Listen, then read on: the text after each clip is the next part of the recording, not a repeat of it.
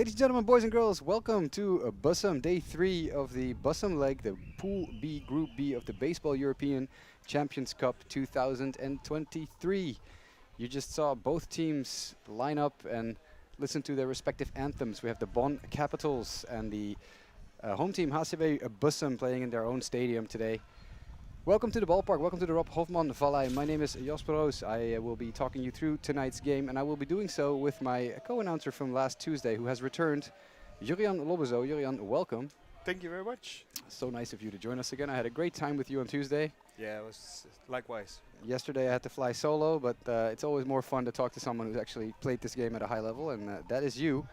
And while we are waiting for the teams to take the field and we're waiting for the managers to exchange the lineups and talk to the umpiring crew, we'll show you the starting defensive lineup for HCAW Bussum. From left to right in the outfield, Kevin Dirksen, Jandro Tromp and Jair van Borculo. Van Borculo with big 3-run home run yesterday in the game against Czech Ostrava Arrows.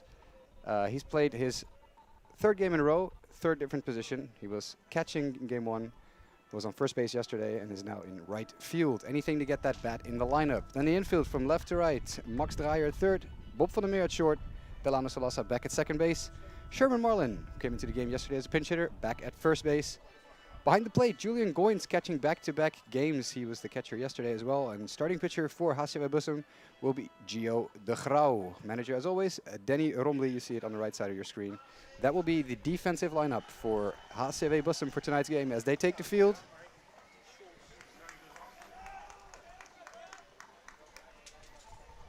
Another gorgeous, gorgeous night in Bussum. And as you can see, we have multiple new camera angles today that we'll be trying out for you. We have a huge pro cam on our left side. That was the one you just saw before. And then, of course, the handy cam is back as well. This is the starting offensive lineup, the batting order for the Bonn Capitals from Germany. Leading off, Eric Brenk. Batting second, Terrell Joyce. DH, Wilson Lee batting third. Vincent Arends, the veteran slugger, at fourth. Anthony Klinzing batting fifth. Danny Longhorst at sixth. Daniel Sanchez 7, Luis Martin 8, and Fildrik Llewellyn, active here last season in the Dutch Hoofdklasse, played in the Holland Series, will be batting ninth as we are looking at Gio de Grauw, the young right-hander. And what can you tell us, Jurian, about Gio de Grauw? Yeah, I was looking at his stats, and he doesn't have a whole lot of experience yet in the Dutch head class, so I think he's a rookie. He's 0-0. He only pitched 1.2 innings this far. So for him, a nice opportunity to get experience on this European Cup level. Gio de Grauw from the Team NL, what's now called Team NL, used to be called Topsport Amsterdam training program. One of the talented pitchers in Dutch baseball. He's been around for a couple of seasons. And he's taking his warm-up pitches now, throwing at Julian Goins. Yeah, and I also looked at the batters lineup for the Bonn Capitals. Quite some guys are up in the leader stats for this season. And number 5, Anthony Klinzing, he's hitting .571.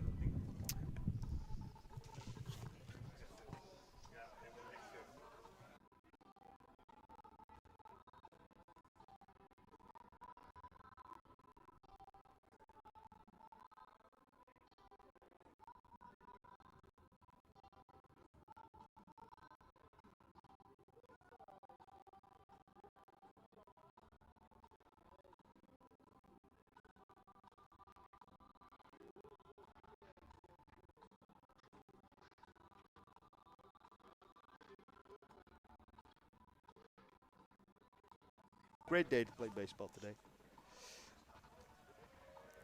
First pitch, fastball for a strike. 0-1 the count. Erik Breuk, the leadoff guy for Bonn Capitals, is hitting .375. So not too bad this year. And he's a tall guy. He's 191. Gio de Grauw, been around for a few seasons now in the Dutch Hoofdklasse, both as a starter and a reliever. dominated Curaçao Neptunus in the Holland series last season. Do you know why didn't he pitch that much yet? I'm not 100% sure. I'm sure someone will let me know in a second. I know Gio struggled with a few minor injuries over the past seasons. Nothing major.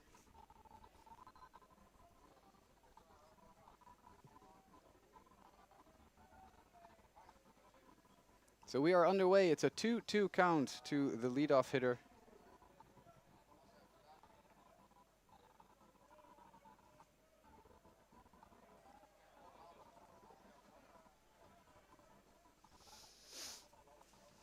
And it's a full count now as Gio de Grauw is getting ready to throw his payoff pitch. Little drizzler, third Chop base. to third, not in time.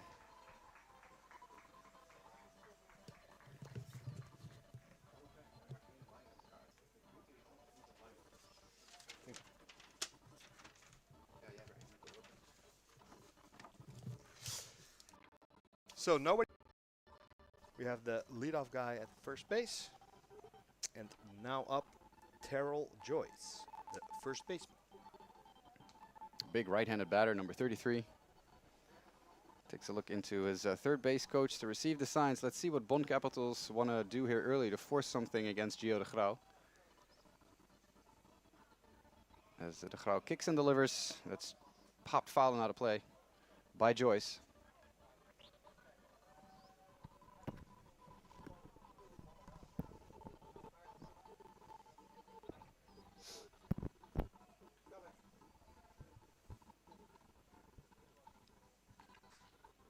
As we take a long look in, as de Grauw with the pitch and Joyce with the grounder to short. Flip to second for the out, flip to first for the double play. Very nice defensive play here at the early going for HCAW. Great play of the third baseman, yeah. Very smooth, very smooth. Quick turn at second as well. And Terrell Joyce is retired as well. So a double play to start off this inning here after the leadoff infield single by Eric Brenk. That brings up Wilson Lee, the designated hitter this afternoon.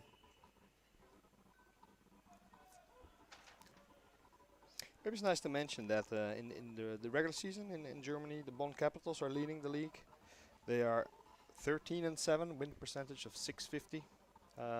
Right before the Hamburg Steelers, they're 12-8, and the Paderborn Untouchables also 12-8, who play in the Pool A of this tournament. That is right. Very interesting group as well, with Amsterdam Pirates surprisingly losing their first two games. Yeah, I also wrote down some results indeed. So I think if Pirates has a good game tonight and they win, they're still able to make the semifinals. So it is popped up, shallow outfield, and it's caught for out number 3. So despite giving up a leadoff infield single, Gio de Grauw pitches out of trouble. And we'll head to the bottom of the first inning. HCAW coming to bat. Delano Salasa, Jean-Dol Tromp, and Kevin Dirksen, the scheduled hitters. We'll be back in a second.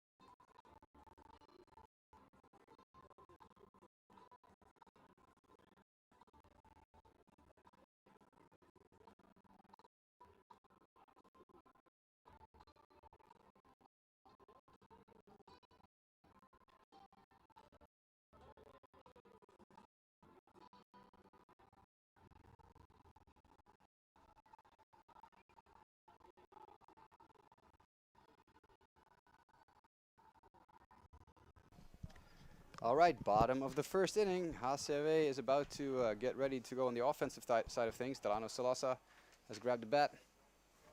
He's taking a look into our starting pitchers, Toru Murata's pitches. So far, it doesn't sound very German. Terrell Joyce, Wilson Lee, Toru Murata.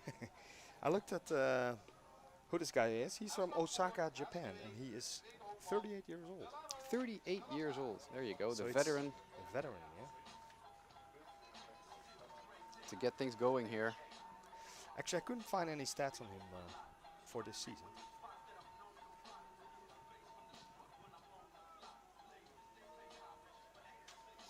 So, leading off, Delano Salasa. Salasa's having an excellent tournament so far. Excellent baseball European Cup. And he will look into Murata's pitch, and he doesn't waste any time and grounds it through the hole between first and second for a leadoff base hit. One pitch, one hit. Yep. Actually, he was hitting 6.67, so 2 out of 3 on average up till now, with an OPS of over 1600. So he's having a really good tournament.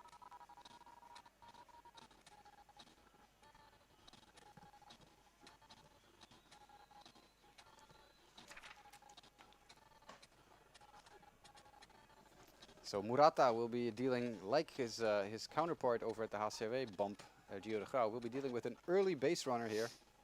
As Salasa, the always speedy and threat to run, Delano Salasa is at first. That brings up Jandro Tromp. Tromp has been struggling with the bat a little bit. Hasn't hit a base hit yet so far in the tournament. Has been very productive, has been involved in rallies, but hasn't hit a base hit yet. Has walked a couple of times, has multiple RBIs through various means, just not base hits. And he looks at the 1-0 pitch, and that's a strike. So 1-1. He is having a great season, though. 380 average. Absolutely. There's a reason that his name is always one of the first on the lineup sheet, batting second, playing center field. That doesn't change. We saw wholesale changes yesterday in the game. At one point, we had different left fielders, right fielders, an entirely new infield except for shortstop. The only one who was firmly entrenched in his original position as Murata looks in. And there goes Salasa. It was a hit and run that was on. But Tromp swings and misses, but that doesn't matter.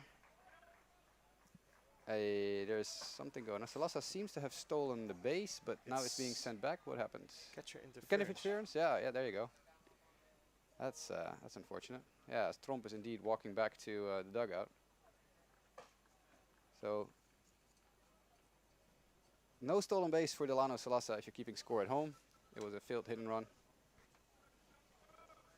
So, with one away, we'll do it all again. We'll try again. As Kevin Dirksen walks up to the plate, Dirksen batting cleanup most of the tournament, is in the 3rd spot today. Hitting 200 average for the tournament thus far. Yeah, the duo of Tromp and Dirksen haven't really been able to get it going, but they have been involved in rallies, extending rallies with long at-bats, forcing the pitcher to throw extra pitches. And that's also valuable if you're not going to hit base hits, and at least be useful in another way. Yes, of course. Yeah. And they have been for sure. Dirksen was taken out of last night's game at some point to rest. It was another big, huge victory for HCAW yesterday on against the Ostrava Arrows. Fairly easy, leisurely stroll in a baseball yard, basically. Yeah, I watched parts of the game, and 3 home runs hit by HCAW last night. Yep, it was Jair from Borculo, who's in the on-deck circle right now. Excuse me, he's in the hole. And Julian Goins hit one as well, as did Quinton de Cuba, who is the man in the on-deck circle. De Cuba's was a laser. Yeah. From Borculo's was a massive blast. As Murata There's throws the in. pitch. Dirksen Hit and run. with the base hit on the hit and run, so that works to perfection once again. It's really become one of HCAW's calling cards, the hit and run. Yeah, the ball was hit actually where the second baseman usually is. So he went off to take second base for a catcher's throw, but the ball was hit right on his usual spot, and we have first and third with 1 out. Really well done once again. HCAW just absolutely the hit and run kings of the Dutch Hoofdklasse as well, and they're just continuing that trend here in the European Baseball Champions Cup. I always have to peek at my sheet what the tournament's actually called. I want to call it the Champions League, but it's the Champions Cup. Champions Cup, yes. So it looks like we have an injury delay, but not for who you would think. It's the third base coach for HCAW who is injured on the Delano Salasa play. Did you see what happened? I missed it. I was looking at Kevin. It looks like he landed not on the right. Yeah. Oh, we have a coach sitting down. He's wearing a helmet though. But yeah, of course, also the coaches they move around, get their players safely on the back.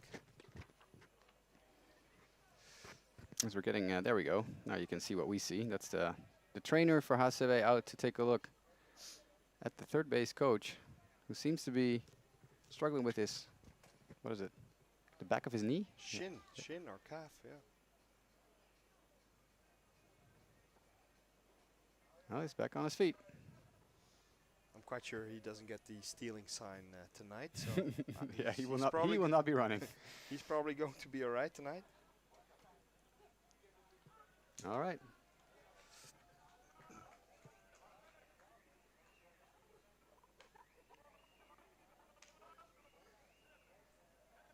So back to baseball. Runners on first and third. Kevin Dirks at first. Delano Salasa at third. We have one out here, as Toru Murata will be dealing with this situation.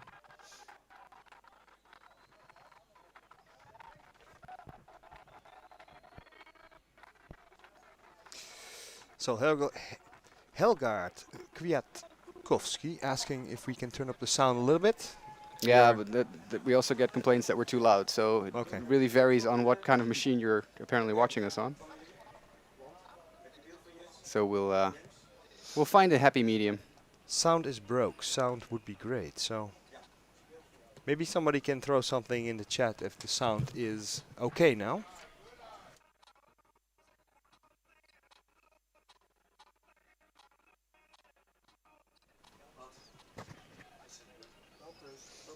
Quinton de Cuba, the big lefty slugger, is in the batter's box. And he'll be looking to cash in some runs. And he will be trying to score at least Delano Salasa. Fly ball should do it. And Quinton de Cuba, obviously a fly ball king. Hit a line shot home run yesterday that cleared the fence while I was still climbing, basically. Huge hit.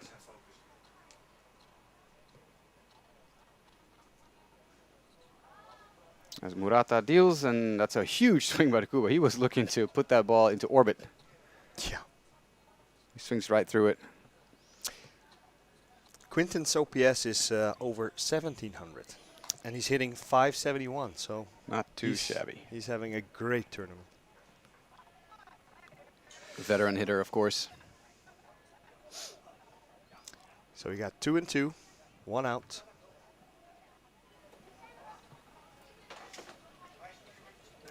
Let's see what de Cuba does here.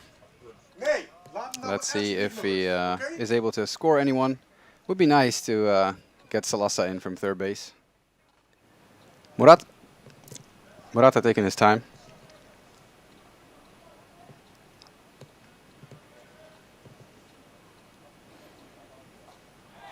As he kicks and delivers, and it's a very nice breaking pitch that Quinton de Cuba swings right through. And that will retire the lefty slugger.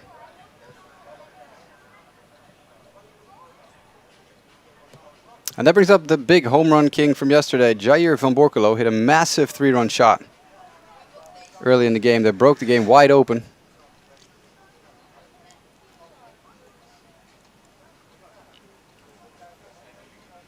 And if the Bonn Capitals had a scout in attendance yesterday, they should be pitching around this guy. Yep. He's hitting 625, so... I wish I ever hit 625. Yeah. Regular season, 339. So valuable asset for the offense of HCAW Bussum. It's interesting that he's been playing every single game so far in 3 different field positions. So he's just a very multi-positional player. Yeah. Yeah, that's another big value for the team. If you can switch people around, It's a nice pitch by Murata, but just a bit inside. And especially with the tournament, this catcher needs they need a break sometimes. But if you can still put him on a different position, have him at bat, that's great. As Murata looks in and throws a low fastball, which is hit into center field, and will have a diving attempt in center field, but the ball just gets just a little bit by the center fielder, Danny Longhorst, who is not able to corral it, and instead it's an RBI base hit for Jair van Borculo. Dirksen moves to third, and of course Delano Salasa scores from third, and it's 1-0 HCAW Bussum. And once again, they draw first blood. They did so in yesterday's game and the night before. Yep. And they never look back. Yeah, maybe in this broadcast we can also look at the scores from both teams and also the standings in the Pool A, which has been played in Amsterdam. At the Amsterdam Pirates facility, Luc Levendi Ballpark. You are watching HCAW Bussum against Capitals Bonn. We're in Bussum in the Rob Hofman Baseball Valley, as it's called here. As Murata kicks and fires, and Sherman Marlin is the next batter, and he fouls it back to the screen for a strike. Big hack.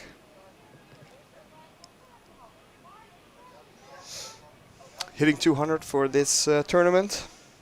He's probably not too happy about that yet. Murata definitely not a speedy worker. Then again, you said he was 38 years old, and I wasn't as fast anymore in my late 30s either.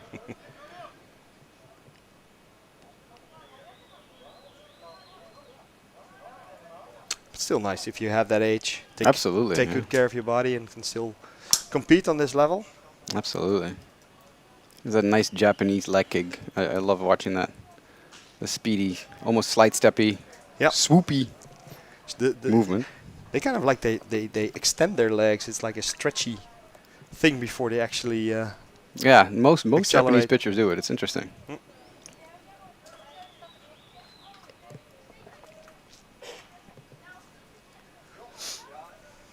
But Murata at least not a submariner, because that would have been difficult to hit. He still has pretty good mechanics, and I think his fastball is also pretty decent still. Yeah, very clean mechanics. I like it. We talked about it on Tuesday as well. Yeah. Yeah, I mean, these Asian pitchers, they are usually very strict on and very perfective. So as you can also see here, Ooh, that's a nice pitch. Just a bit low. they tend to keep it low a lot. So Murata walks Sherman Marlin to load the bases with 2 outs here. As Max Dreyer makes his way into the batter's box, we'll get a mound visit. As you see, both catcher Vincent Arends and the pitching coach make their way to the mound to discuss matters. There is some activity in the bullpen for Capitals. It's someone stretching their legs in the most literal sense of the word. Number 29. 29.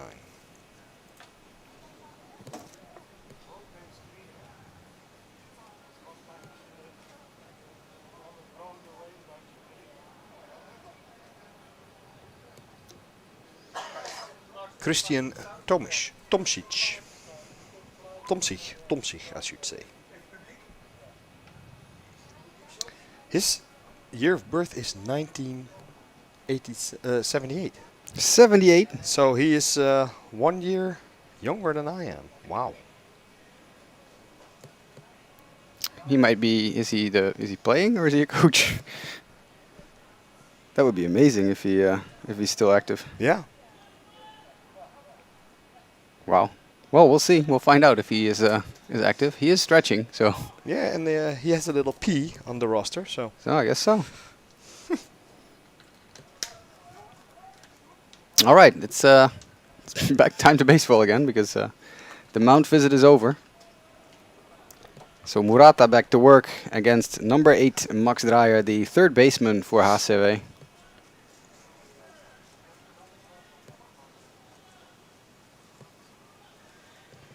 As Murata kicks and fires and delivers, and that's ball number 1. Max is hitting 333 for the tournament. And 342 for the season, so pretty constant there.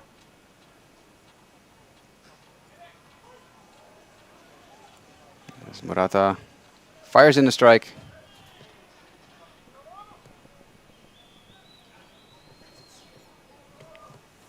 So 1-1, 2 away here. Bases loaded with Bussumers. I like saying that, Bussumers. It sounds very like cannons almost. Hey, can you fire up the Bussumers? As Murata kicks, fires, and ooh, that's a nice little slider. Yep. Nice late break on that one. So 1-2, Murata ahead in the count now to Dreyer. His pitching seems very effortless. I think that's one of the reasons why he's still able to compete on this level still. And that next pitch, oh, that's nasty. And that's a strikeout for Dreyer. So huge strikeout for Murata with the bases loaded.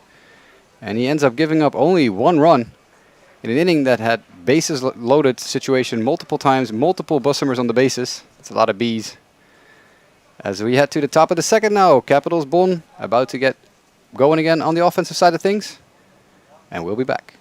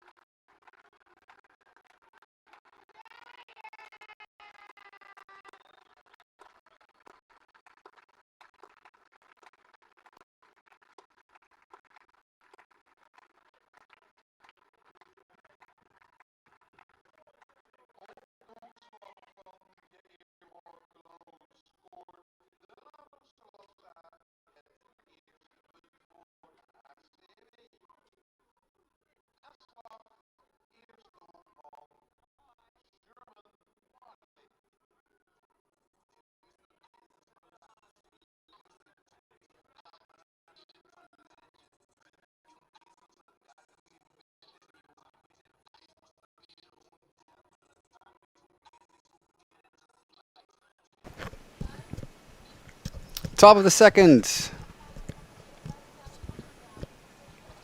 Gio back to work for HCAW, back on the mound. And he's facing,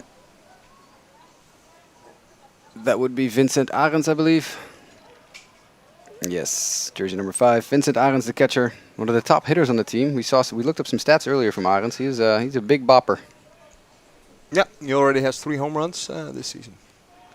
Actually, we were looking at the team stats for Bonn. Pretty good. Yeah, not bad. 20 and 11, so 20 wins, 11 losses. But they have already have 20 home runs and a team average of 281, 33 stolen bases, pretty high OPS, .841, and the team pitching is doing pretty well, 3.13 ERA with 148 Ks. Yeah, it's as Arends swings and misses for a strikeout. It's interesting to see that this team leads the league in home runs by like a lot. What is the number 2 team? Was it like 7 or something as a team? And meanwhile, Bonn Capitals have knocked out a grand total 20. So powerful team, also leading the league in stolen bases by 1. The number 2 team has 32. Yeah, the Hamburg Steelers have 7 home runs. Yeah, there you go. So big difference. And the Berlin Flamingos are the number 2 team in stolen bases with 32. But Bonn Capitals leading in both the power and the speed categories, which is interesting. Aggressive team. As we're looking at Anthony Klinzing, the right fielder.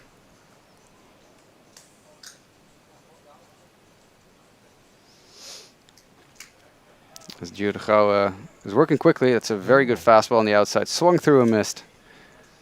It's pretty interesting. I'm looking at the stats of their pitcher, but maybe we'll talk about that next inning when they're actually pitching. Yeah, we've courtesy of one of our friends in the chat, we have discovered where Toru Murata pitched last season or this past season. So we'll be talking about that a little bit as you're looking at the backside of number 1 Anthony Klinzing.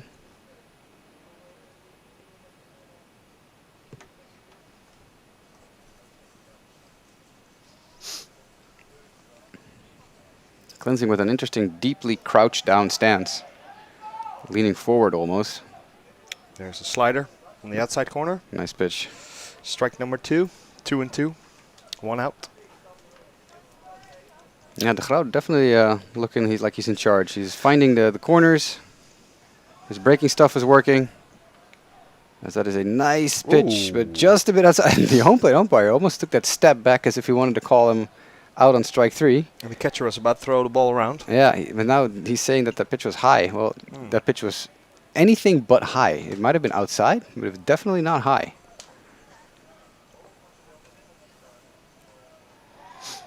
So de Grauw fires in his next pitch, and he lost his footing a little bit, so he walks Anthony Klinzing, bringing up Danny Lankhorst, the center fielder. Yeah, hitting 353 on the season, so pretty good. It's what you expect, though, from their champions, right? Right, A lot of good pitchers, or pitchers and hitters. I love the old school pants that Lankhorst is playing with. The old school ankle highs. It's not all the way down to his shoes. It's not the high socks. It's like the 90s pants. Love to see it. That's what you call old school already? That's what I call old school. That's the way how I call it. But that was in the 90s. Yeah, there you go. That's that's the in Major League Baseball the steroid era, so to speak. Oh yeah. By which I'm not implying that Lankhorst is on steroids. Obviously, it's just a random observation. As the center fielder takes a long look in, as de Grauw is now taking a little bit more of his time, he's walking around the mound a little bit. Yeah, Lankhorst is hitting 125 this tournament, so he could use a good at bat here. It's a very nice pitch by de Grauw. Not quite sure what that was. It wasn't a slider, but maybe a changeup or something.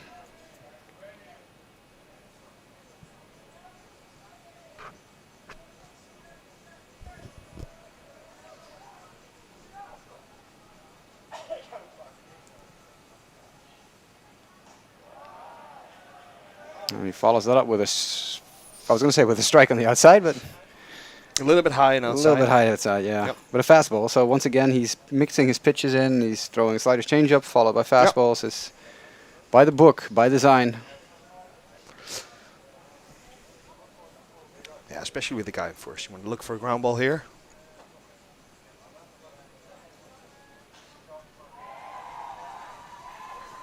As the ball is grounded to the right side to the second base side, and Salasa with the diving play, but can't make it. Yeah, can't make it. He tried to make it a diving effort, but couldn't quite get to it.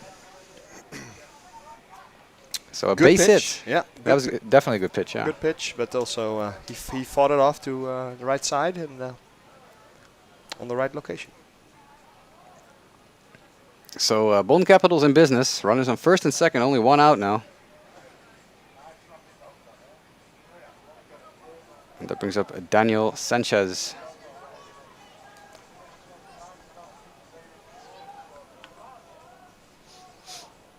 The open stance. There's de Grauw. Fires a ball high and inside. Not a very tall hitter, Sanchez, so a little bit of a mailbox strike zone maybe on him.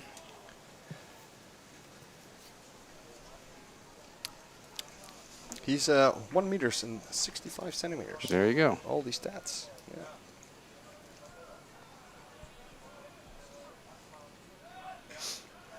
As de Grauw winds, fires. Great pitch. Yeah. Yep. A little bit of like a fake drag bunt or fake bunt step shuffle, but I don't think there was going to be bunt at any point. No.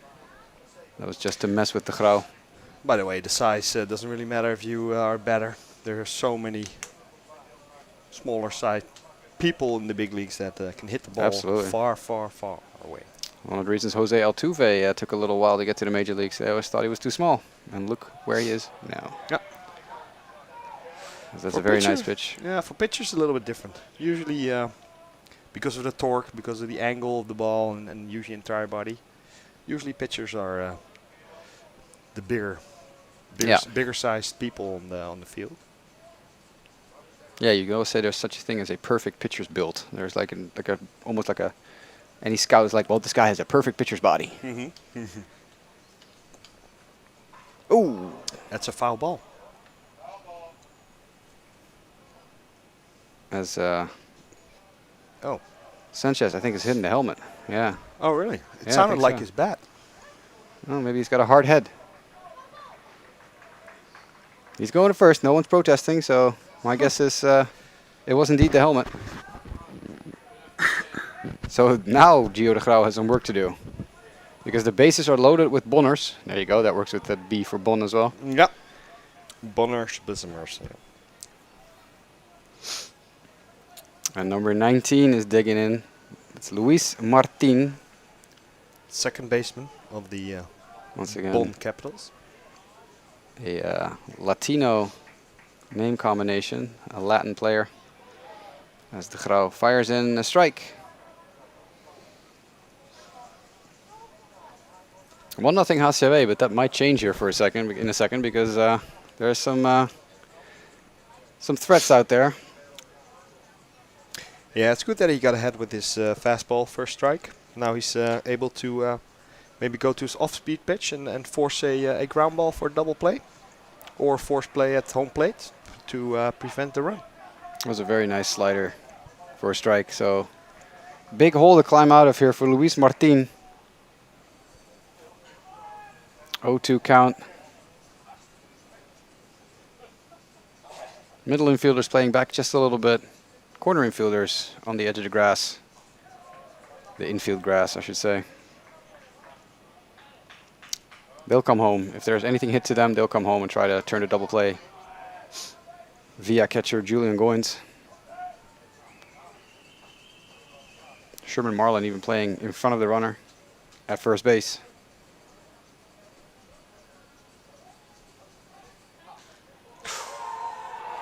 As that ball is Nicely hit hit. over the head of a jumping Bob van der Meer.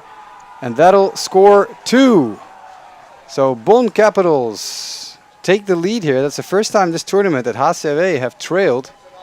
Very, very nice job by Luis Martin, just floating it, lining it over the head of one of the better shortstops in Europe, defensively, Bob van der Meer, who just couldn't quite get to it. And that played 2 runs. So Bonn Capitals with the 2-1 lead here on the 2 RBI single by Luis Martin. And they're not quite done yet because there's still only 1 out in this inning and there's runners on first and second now. You can pronounce his name next hitter. Fildrik Llewellyn. I only know that because he played in the Netherlands last season. Okay. Yeah. Pretty good hitter. He's hitting 344 in the regular season. Yeah, his father checked in the chat last season during the Holland series at one point. Oh, okay. I think his father lives in Florida, if I'm not mistaken. If I remember correctly, it's been a while. So Fildrik batting from the left side, playing left field today as well, wearing the Jordan number, 23, which also used to be my jersey number for a while, by the way. For those of you interested, that will be no one. As de Grauw takes a long look in. And fires it. Oh, that's a pitcher's pitch. They call that a pitcher's pitch. Very nicely executed there by the pitcher-catcher combo, de Grauw Goins. Fildrik Llewellyn not too happy with that.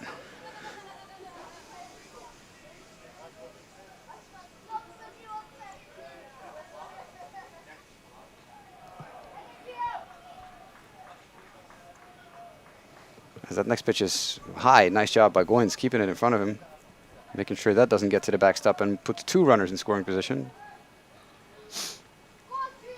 So 1-2 count here to Fildrik Llewellyn with Gio de Grauw with the chance here to maybe limit the damage to only 2 runs. But he needs an out. He needs at least 1 out here. Yeah. Oh. As that next pitch is scooted by Goins, who can't find the baseball. He's located it. Yeah. But that will move 2 runners up.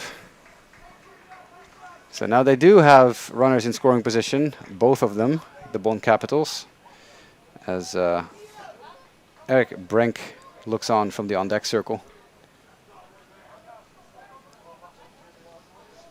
That would be a leadoff hitter, Eric Brenk. So Llewellyn batting 9th today, with a chance to do damage from the 9 hole. Base hit scores 2 and extends the lead for the Bonn Capitals. 2-2 count.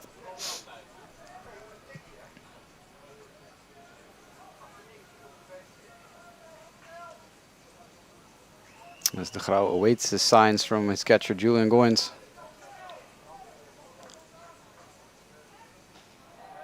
As de Grauw fires a pitch in, and that is a ball high and outside. So a full count here. Well, at least his velocity is good enough. Absolutely. Yeah. You can see the pop from the catcher's mitt too. I used to love that little cloud of poofiness that came out of that glove. Yep. Makes everything look a little bit better. Yep. So full count pitch coming up here. With runners on 2nd and 3rd. De Grauw fires, Fildrik Llewellyn swings and misses, and that's a strikeout. So 2 away in the inning. Big outs. Yeah, huge pitch there by Gio.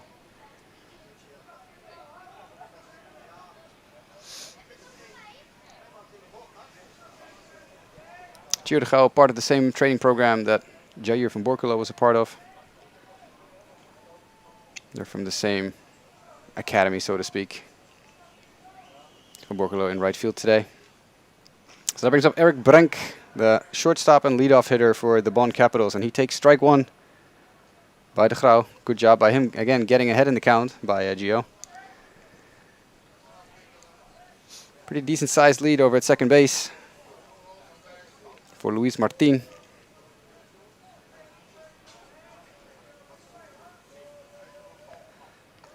As de Grauw fires the next pitch. Ooh, that's a big hack, no contact. Well, some contact, but not the right direction. Yeah, so as a second base runner, you especially with 2 outs, you want to get a good jump. If there's a base hit, you want to go for it. Yeah, all Brenk needs to be thinking about here is just putting the ball in play. Put pressure on the defense, make them do something. Do not strike out. But he does on a nice breaking pitch by de Grauw, so he really does limit the damage. Yeah. And gets out of that bases loaded jam, giving up only 2 runs. Bonn Capitals have taken the lead. They're up 2-1 here in Bussum. We'll head to the bottom of the 2nd, and we'll be back.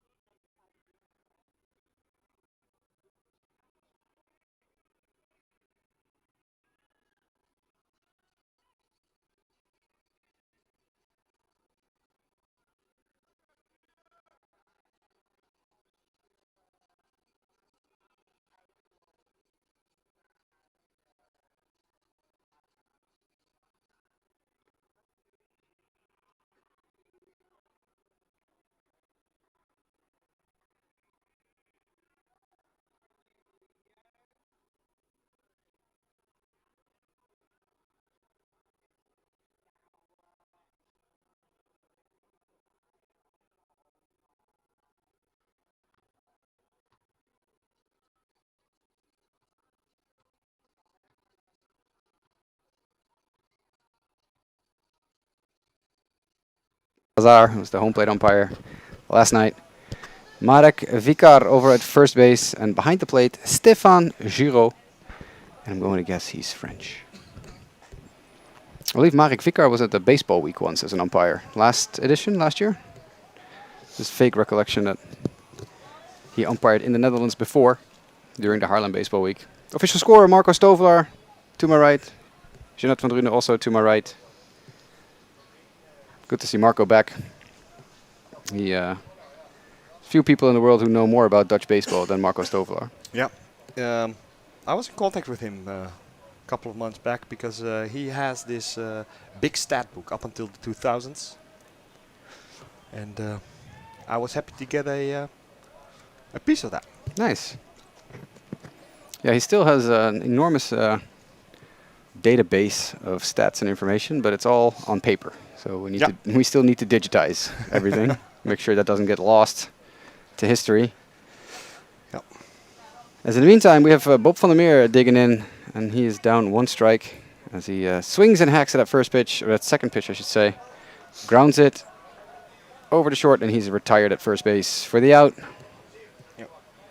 Yeah, we'll talk about Murata, the pitcher of Bonn Capitals, in a bit. But we also want to say hi back to Filbert, who is here again, still in Florida. Philbert Llewellyn's dad, checking in again. Yep. Good that you found us again. So yeah, tell me about Toru Murata, the 38-year-old from Osaka, Japan, who was on the mound for the Bonn Capitals, Julian. Yeah, it wasn't a surprise we couldn't find any stats, at least for Bonn Capitals this year. But we've looked at his baseball career, and it's pretty impressive. He started in 2008. He played for a lot of teams, but actually he actually played in a major league. One game he's got a loss, and that was for the Cleveland Indians. Yeah, back when they were still called the Cleveland Indians. Yeah. Yeah. Oh, now, yeah. Yeah, long career in the minor leagues as well. Yeah. AAA Columbus, AA Akron, all for the Cleveland organization. And also multiple years, the last couple of years in Japan for the Nippon Ham Fighters.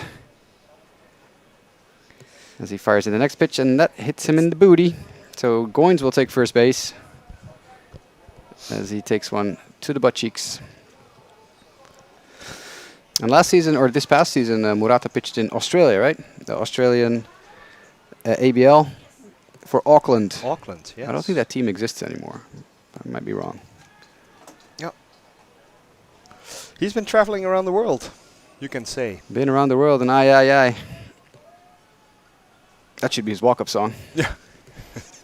Anyway, back to the top of the lineup, Delano Salasa. And that's low for ball 1.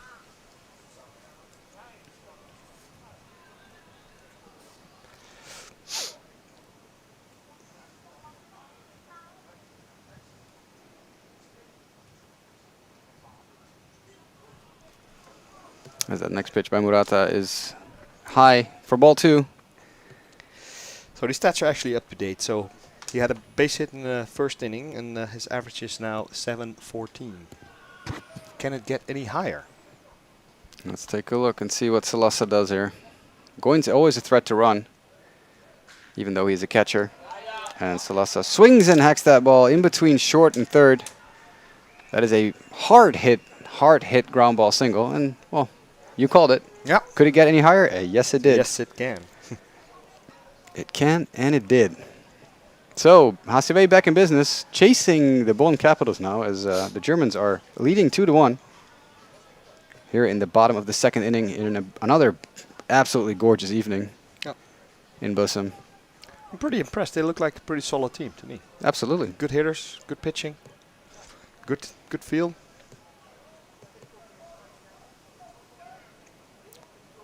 So Jandro Tromp on your screen right now, number 32. The stocky left-handed hitter. And he chases that first pitch and grounds it over to first. That's a fairly easy play there for Terrell Joyce, who steps on the bag and retires Tromp, but he does move both runners up a base. So at least it was another productive at-bat. And as we talked about at the start of the game, he's hitless on the tournament, Jandro, but his at-bats have been productive in multiple various ways. That's a little double, but... And this brings up Kevin Dirksen, the number 3 hitter, left fielder. Base hit scores 2 here As you see the flags waving in the wind, it's another pretty windy day here in the valley. And it's blowing in a little bit. Yeah. So Murata ready to get this at bat underway with a pitch to Dirkse. That's low for ball one. It's always funny, the wind. It's they think it's a factor that doesn't really matter, but and a lot of people might think as a pitcher you want the wind behind your back, but I really loved a little bit wind against me because it gave a lot more movement on my fastballs, and my curveball was breaking a lot more.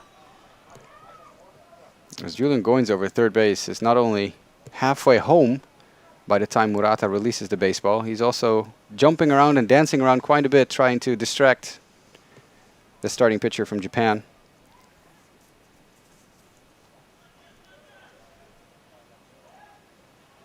As that 2-0 pitch is just missed outside. Just a little bit off the plate. 3-0 to Kevin Dirkse, Quinten de Cuba on deck, Jerry van Borkelo in the hole. Both guys who hit home runs yesterday, Yeah. de We Cuba must and say, Borkelo. yeah, this guy is a pretty experienced pitcher. We talked about him a minute ago, so he's probably not going to throw a lot of pretty stuff here because he's got first base open. 3-0 pitch. Let's see if Dirkse has the green light. He does not, because he takes a strike.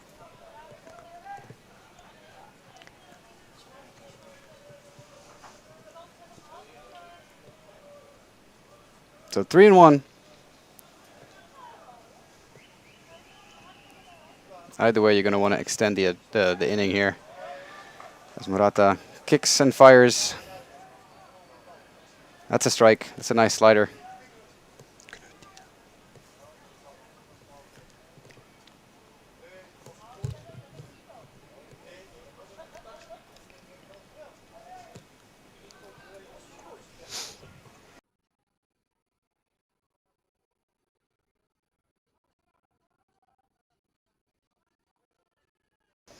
So slider fouled off, still full count, 2 outs.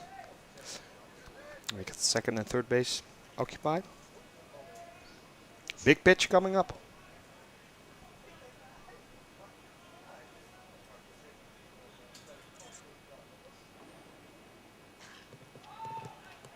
As Murata fires, that's a breaking ball hit high in the air by Dirksen.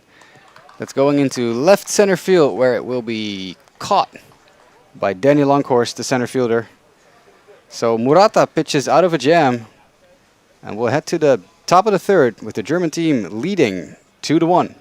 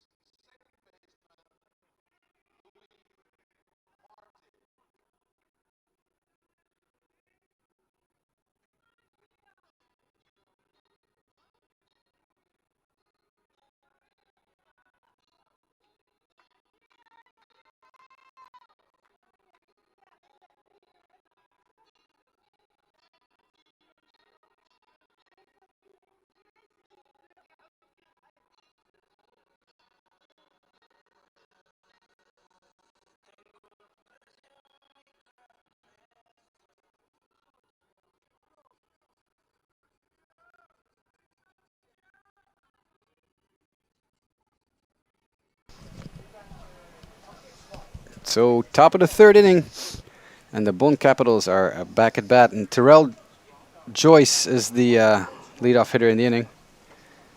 Still up against Gio de Grauw. Terrell's having a great tournament, hitting 625. As that next pitch by Gio is smashed into the outfield.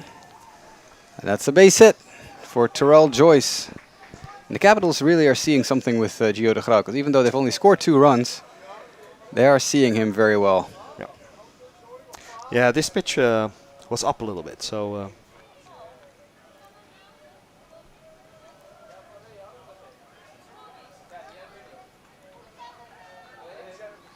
usually pitches up in the strike zone are a little bit more easy to hit.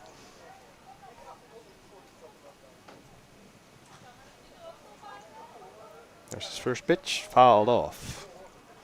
0-1. No outs. Runner on first base.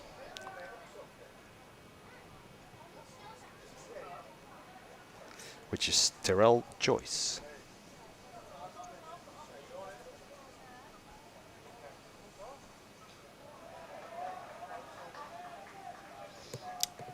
Slider, way outside, 1-1.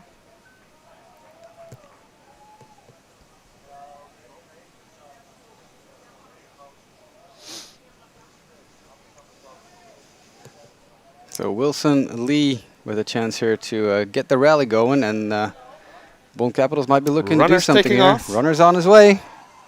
And that throw by Goins goes into center field. So the runner is safe at second base. Stolen base for Terrell Joyce. Yep, we already mentioned this.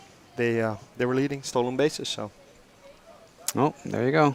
As Joyce greets Bob van der Meer. A little handshake there.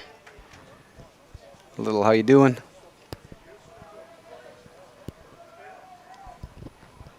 So back to Wilson Lee in the batter's box, now with a chance to drive in a run here. As the next pitch is blooped into the right field area, but foul and out of play.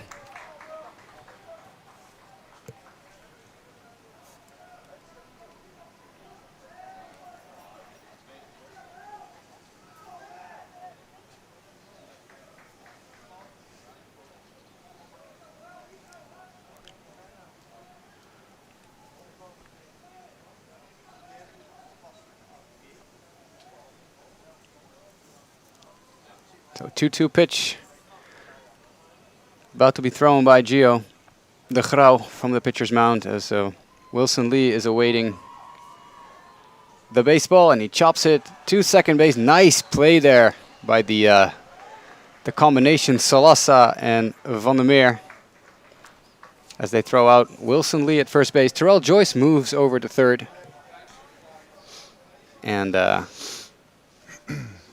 puts an out on the board, as we have been checking on the chat a little bit. Thank you, Helgaard, for confirming that the Auckland team that I was mentioning before has indeed gone bankrupt and is no longer active in the ABL. Very unfortunate to hear. Yep. That brings up Vincent Arends, the catcher. Lefty hitting slugger as he takes ball 1 outside by Gio de Grauw. Yeah, a lot of great players from Australia. In the Olympics in 2000, a lot of we played Australia there. I actually pitched that game. I started, but many guys playing in the minor leagues. Yeah, for those of you who have never heard that story before, Jurian was active in the 2000 Olympics for Team Netherlands. One of the greatest Olympic baseball tournaments, I think, ever, the 2000 Olympics. Yeah. With, of course, you guys handing Cuba their first ever loss at the Olympics. Yeah. Yeah. Ken Brockmiller. He pitched the game against Cuba. There you go. Yeah. Good old Kenny Brockmiller. Pat Murphy was the coach back then. And a lot of great players from the Dutch National League. Robert Eenhoorn, Rickert van Eyten, Ralph Milliard. Hensley Moulins. Hensley Moulins, of course, yeah. Current WBC coach for the Netherlands, the manager of Team Kingdom of the Netherlands during the WBC, and active as the hitting coach for the Colorado Rockies right now. Yep. As the Grauw fires a pitch just a bit high to Arends. 2-2. Yeah, we started off tournament really well. Unfortunately, I think we lost to South Africa, and we missed the semi-finals on I think one game. Yeah. I do remember, I think I told this before during the Holland series when we were doing a broadcast as well, but I still remember the montage that the Dutch Broadcasting NOS system made for that day. As Gio de Grauw fires in another pitch. That's an off-speed pitch. Blooped into the outfield where it's caught in left field by Kevin Dirksen, but it is deep enough to score the runner from third. So Terrell Joyce crosses the plate, and it's 3-1 Bonn Capitals on a sacrifice fly by Sven Arends. Excuse me, Vincent Arends. Sven Arends is someone else I know. And yeah, to finish that story, they had a montage. They made a montage of that game, of that Olympic day, because the NOS would always do that. Like make a little montage of the Olympic day, and they put U2's Beautiful Day as the soundtrack with lots of footage of you guys beating Cuba. Yeah, I think it even made the front paper of the of one of the USA papers. Yeah, it was a big upset. Yeah. First pitch, fastball, fouled away. By Anthony Cleansing, the right fielder for the Bonn Capitals.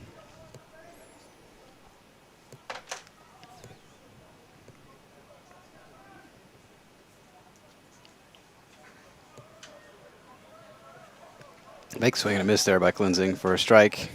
So 0-2 count to the outfielder. Impressive. Hugh hit 570 over 500 in the regular competition. Wow. Actually, he's the league leader, but I think I mentioned that already. As de Grauw fires a breaking ball in the dirt, and that's swung on and missed by Cleansing, and that ends the inning, but not before Bonn Capitals put another run on the board. They lead 3-1 as we head to the bottom of the third.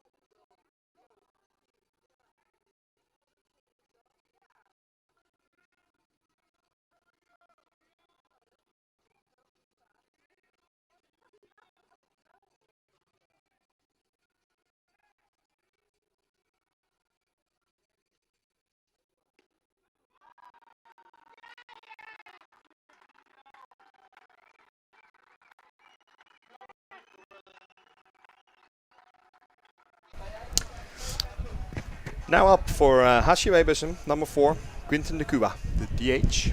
We're in the bottom of the third inning. Bonn Capitals leading 3-1. Yeah, HCAW definitely looking to claw their way back into this ballgame. They had no problem dispatching of the Rouen Huskies in Game 1 and the Arrows from Ostrava, the Czech team yesterday, winning by double-digit margins. 2 mercy rules yesterday and the day before. So let's see if Quinten de Cuba can get a rally going here. As he grounds that to first base. It's a very nice play by Terrell Joyce. Very nice stop by the first baseman. A little flip and the out is recorded. So Quinten de Cuba retired for out number 1, and that brings up Jair van Borkelo. He of the monster home run yesterday. Really broke the game wide open.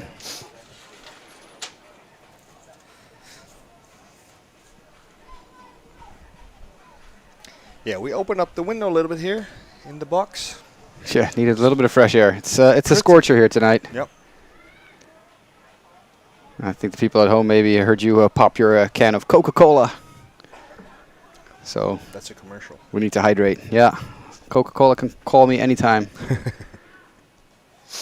I will happily endorse, as that next pitch by Murata is a strike to Jair van Borkelo. Seemed a bit outside though. Yeah, van Borkelo also looked back a little bit and said, hey, maybe not, but sure. He's got 2 more to play with. As Murata fires a pitch, and yeah, that was definitely high. So the French home plate umpire a little inconsistent the last 2 innings with his balls and strikes. But now you have to adjust. Baseball is a game of adjustments. And Van Borkelo, Sharply hit. yeah, does just that. There's the adjustment he makes. See the pitch, hit the pitch up the middle for a base hit. So Van Borkelo with another hit. Yep. He it was a off-speed pitch, and he took something off his swing and made nice contact. Great hitting.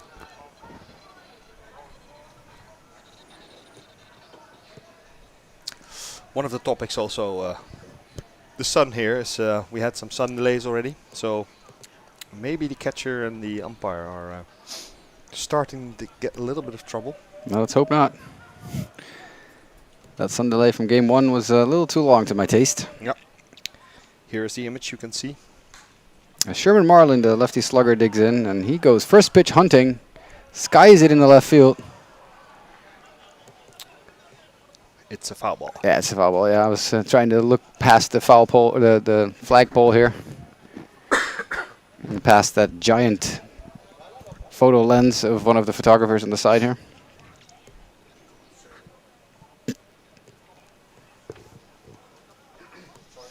So as Vincent Arends leaves a present for Sherman Marlin on the home plate, that's his bat. We'll do it again. 0-1 to count.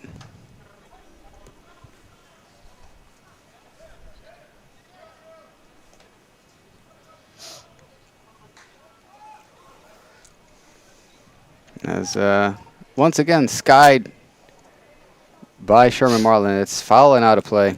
Yep. Nice location.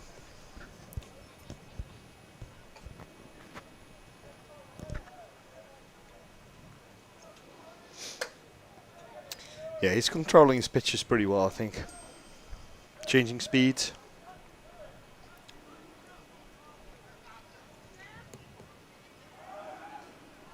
As Murata, Here's the runner. the runner goes, and he is out at second base. Nice throw by Arends there. Gunning down from Borkelo, trying to steal second. Borkelo looking back at Sherman Marlin. There might have been some miscommunications there.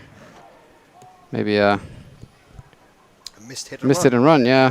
Could have been a straight steal, I don't know. But saw him look back just for a second. Okay, was that supposed to happen? So in the meantime, it's a 1-2 count with 2 outs now here in the inning. And Murata is about to pitch his way out of not really a jam, because he strikes out Sherman Marlin on a high fastball. Yep, another good inning. So 2 quick outs for Mr. Murata. So we're heading to the 4th inning. Capitals Bonn 3, HCAW Bussum 1.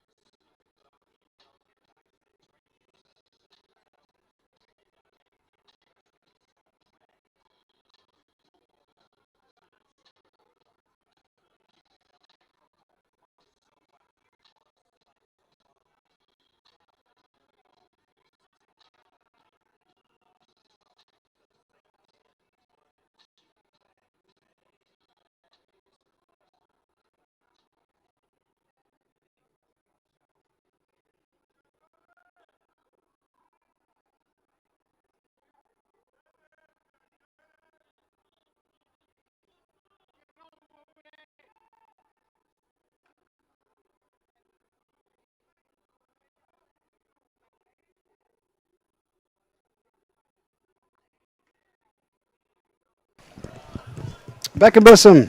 GER back to the mount for HCAW, trailing 3-1. Capitals Bonn in the lead.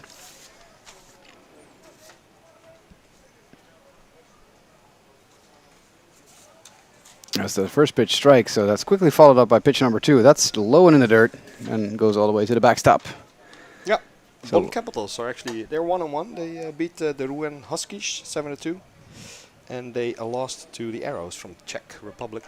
that's kind of surprising as De Grauw fires it in and it's chopped up the middle.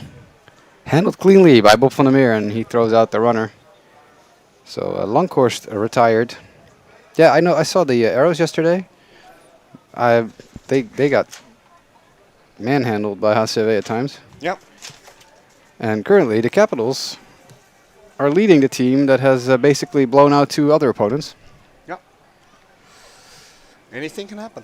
It's baseball, baby. Anything can happen. Any given day, right? Mm-hmm.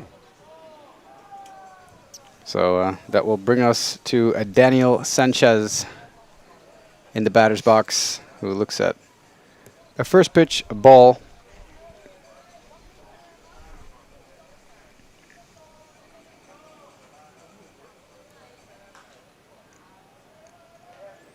As De Grauw fires it in, it's fouled off by Sanchez. Good pitch. It's a good pitch. 1-1. Well outside. Pretty good crowd today again. I can think of worse things, worse ways to spend my my Thursday evening than sitting here in the sunshine watching a baseball game. Yep. As De Grauw loops a Wow. what seems to be like a hard curveball. Yeah. In there, like a 12-6 drop action. And a big swing and a miss for Sanchez. So 1-2 now. As De Grauw throws another off-speed pitch. It's chopped to third base, handled by Max Dreyer, and a quick throw to first retires Daniel Sanchez for the out. So 2 away here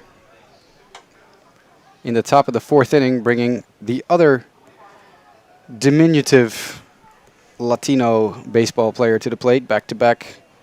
It's Luis Martin. Second baseman.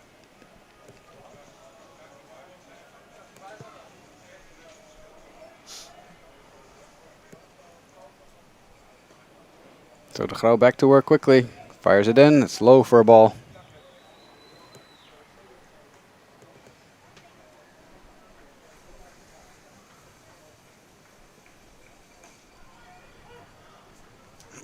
Fastball for a strike there.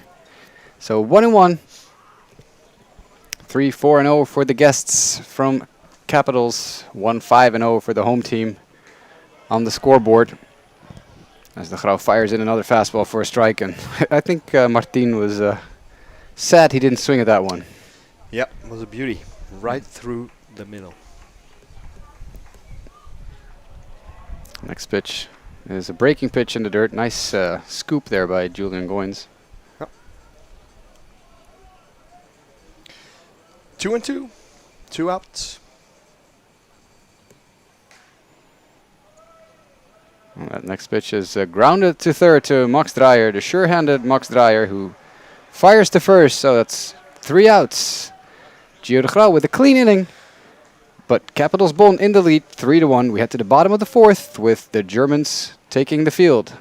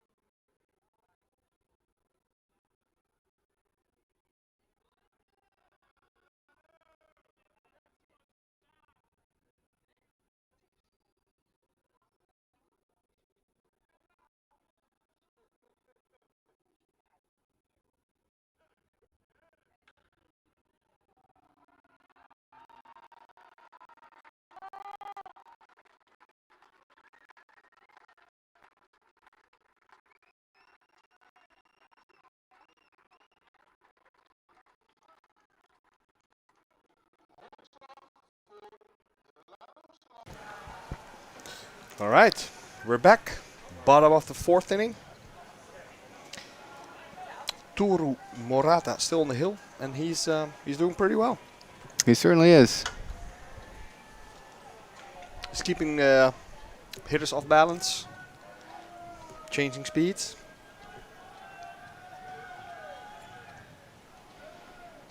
As he gets us underway here in the bottom of the 4th inning with a strike to Max Dreyer.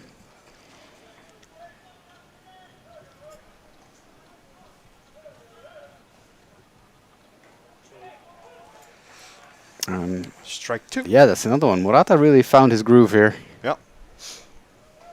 Working quickly, throwing strikes.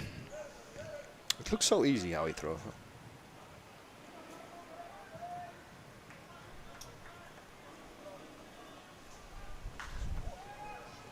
So long look this time in as Dreyer skies it in the center field where it will be caught by Denny Lankhorst. So that's a quick out number 1.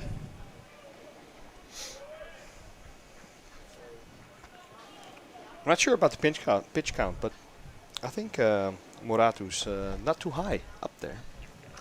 We got a couple of quick, like early swings in the at bats earlier in the game. Yeah. But after that, he has controlled the game. And that brings up shortstop Bob van der Meer.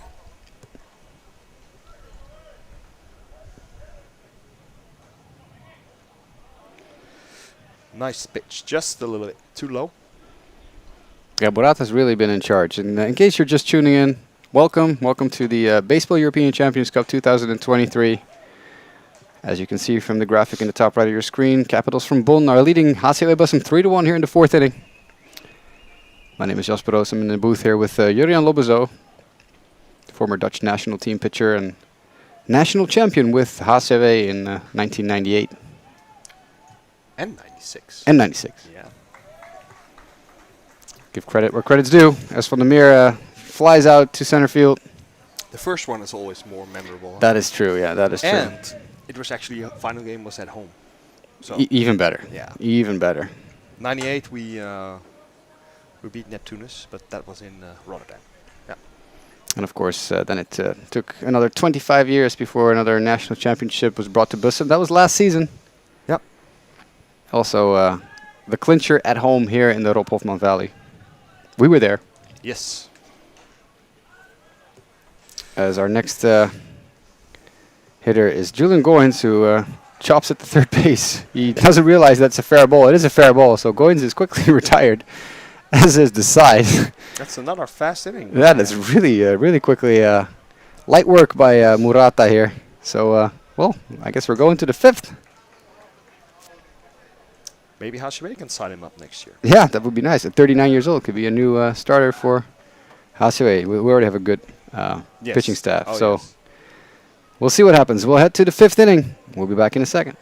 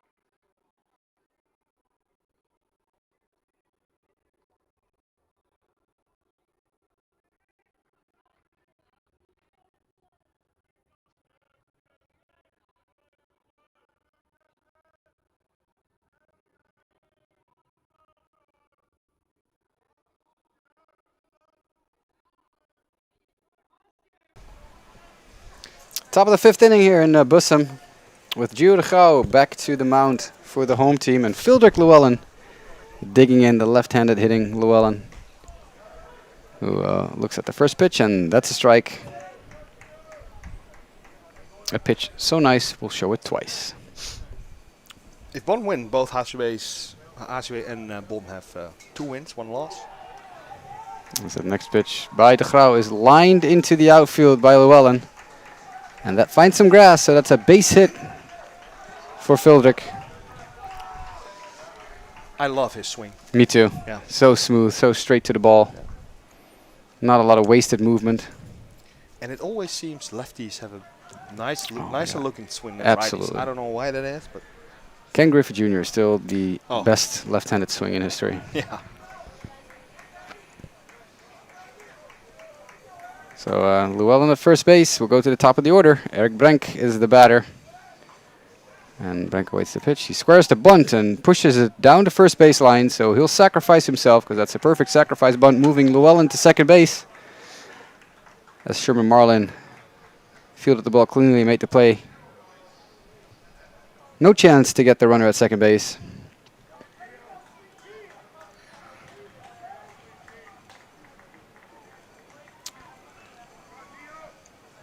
So that brings up number 33, that is Terrell Joyce. Having a good game so far, both defensively and offensively, been very important for the Capitals today. Yeah, and he scored a run. In the, I think the 3-1 was on his name. Yep, sacrifice fly, I believe that scored him. Yep. First pitch is in the dirt, so that's ball 1. As you look at Gio de Grauw on the mound, backed up by Sherman Marlin at first base. Number 25, you see in the back. As a little chat. Yeah, we're getting a different baseball. This baseball is no bueno. Says Marek Vikar. They don't check their hands, right, after every inning. Or No, I don't think they have a. The first time I saw it in the big leagues, I was like, what? What is that? Why do you want to see my hands? Did you ever use, serious question, did you ever use something on your hands to give you more grip that wasn't allowed? No, not at all, no. You were just a Rosenbach kind of guy. As that next pitch is a shot in and hit the short. Yeah. As Van der Meer goes to third, and Llewellyn is safe at third base, even though the HCAW players are claiming he came off the bag. I thought it was a right call. I think so too. As far as you know, this is pretty much our angle. Our this camera angle that you're seeing right now at home is about maybe 2 meters to our left. Yeah. I think it was the right call. I didn't see him get off the bag. So, interesting decision by Van der Meer to go to third to try to get Llewellyn. Yeah. Interesting decision by Llewellyn to run to third, even though the ball was hit in front of him. You're generally taught when you're a kid not to do that. If you go to third, you have to make a sure out. Yeah, and but Van der Meer didn't do that.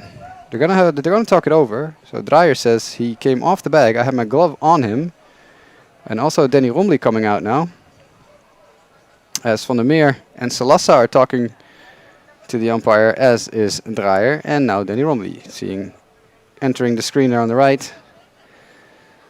So they're talking things over, and that's once again that's umpire Salazar. He has I don't think he's enjoyed himself the last couple of days. He was the guy responsible for the signal mix-up in Game 1, where he called a player out, and then the call was overturned, but he gave the wrong signal again. Yeah.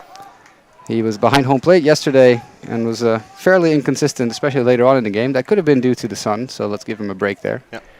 And now he's once again being talked to. But yeah, great job by Denny Robbie to come out. Yeah, make sure his players don't get tossed, because that would be a pity. It didn't seem like it was a very angry conversation. They were just talking about their days together. Yeah. Well, you never know. They can get heated pretty fast. In the meantime, we have runners on first and third for the Bonn Capitals, and we got a runner going. That's Terrell Joyce taking off. Yeah. Yeah, and no throw. Huge jump. So stand-up stolen base. That means with Llewellyn at third and Joyce at second, there's a chance here for Wilson Lee to drive in a couple runs. Yep.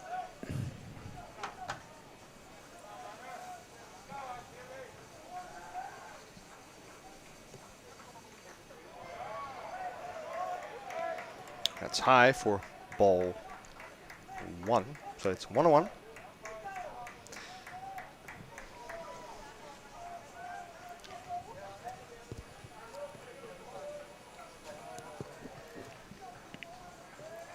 De Grauw receiving the signals from Julian Goins behind the home plate. As that next pitch is high once again for a ball. So 2-1. Yeah, talking about your, the rosin bag and the grip of the baseball. Oh yeah, that's what we're talking about. I really liked like the driest possible hands that I could get. And when I was in Florida, it was very humid, and I actually shaved my arms, removed my hairs because there is always, moist in there. Mm-hmm. And I really loved, just have really dry hands. Yep. I think we're getting activity in the HCAW bullpen. Number 99, I believe. I will take your word for it.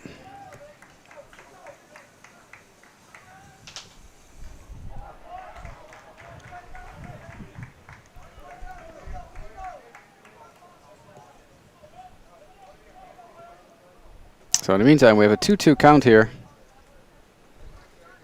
to Wilson Lee.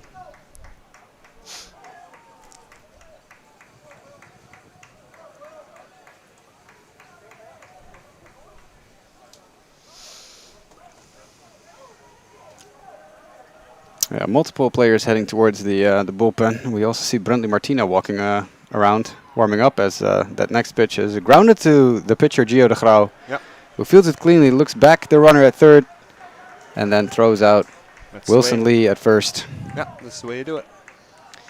I was looking at the stats of Wilson Lee. He's hitting below 100, so. Well, you see what we're talking about, activity in the bullpen. Yep. Yeah, I think Gio used quite some pitches, so he's probably up to the, I don't know, 80 maybe, 80 pitches, maybe even more.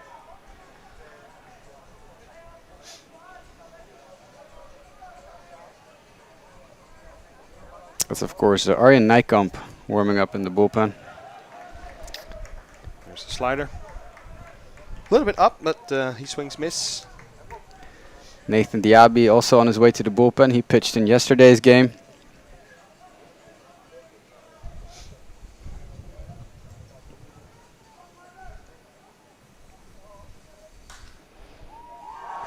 As the next pitch is lined up the middle by Vincent Arends, and that will plate a pair. Yep. As that throw is late. Yeah. So Arends moves to second base, and he will have a 2 RBI base hit. And once again, it's Vincent Arends, the clutch man. Yep. In the middle of the Bonn order. Yeah, the throw back from the outfield was really high, so he missed his cutoff guy and gave Vincent a chance to move to second base. Yeah. Yeah. In the meantime, it's 5-1 Bonn Capitals. Yeah. Yeah. I was waiting to pitch, but you have to give the Bonn Capitals credit. They're playing a really good game. I think that's Setley Karel as well heading to the bullpen. Take a look if I'm correct. I am correct. He didn't bring his glove. We don't have these phones. You cannot call from the dugout. Use the phone. So he's probably communicating.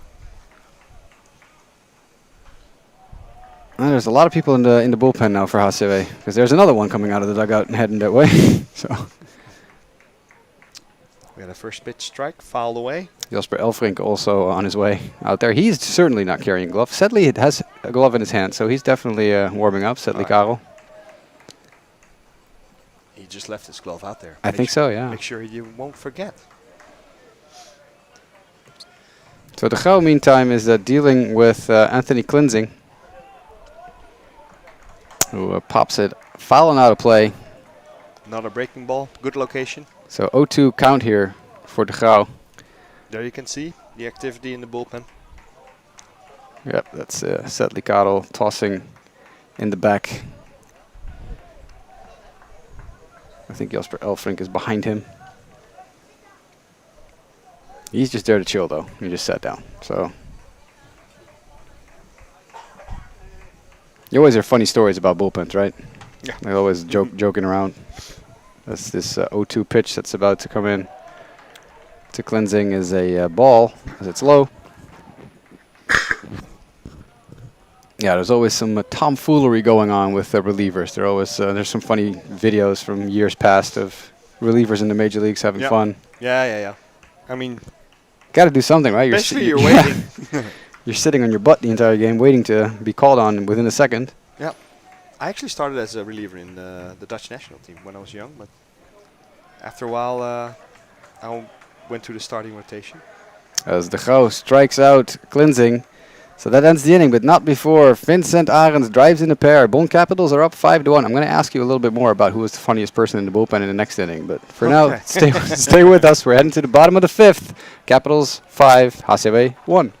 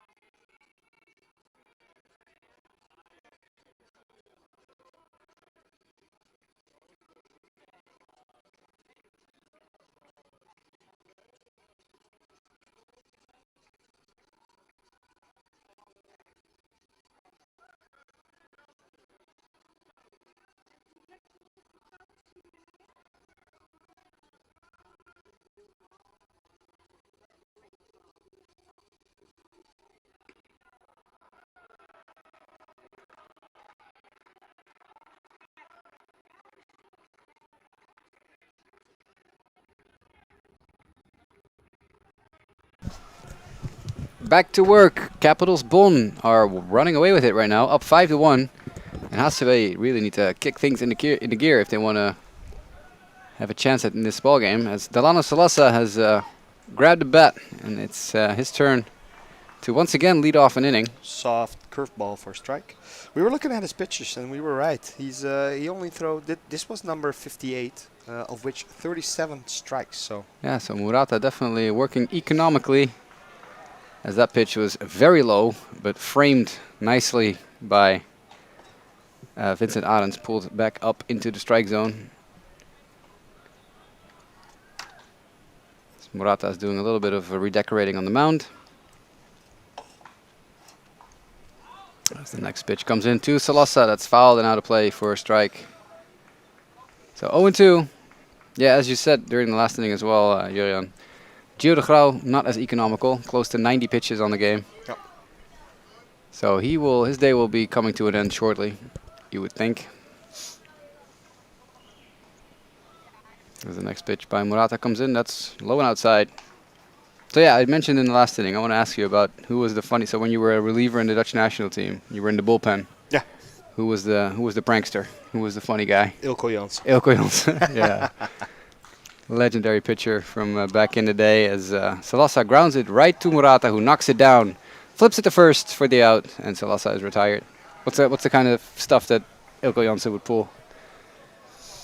Well, he was always trying to find a game in everything. So throwing little rocks or whatever. Everything was trying to make it a game.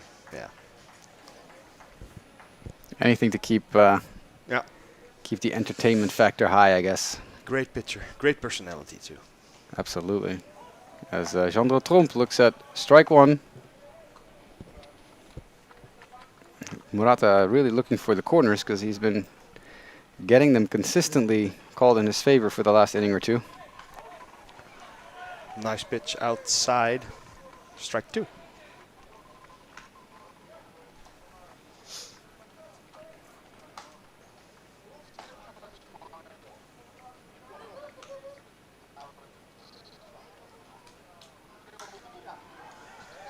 Jean Tromp looks at it, and there it is. That's base hit number 1 on the tournament for Jean Tromp. We've been talking about it for 2 days. He was hitless on the tournament. Yep. But there it is. Line drive shot over the head of the second baseman for a single. Yeah, and both teams have 6 hits each. There we go. The only difference is HCAW have scored 1 run. Yep. The Germans have scored 5. So now it's up to Kevin Derksen. Dirksen, I should say. I should pronounce that properly. Kevin Dirksen to, well, at least try to move the runner over. And he's 1 for 2 this game.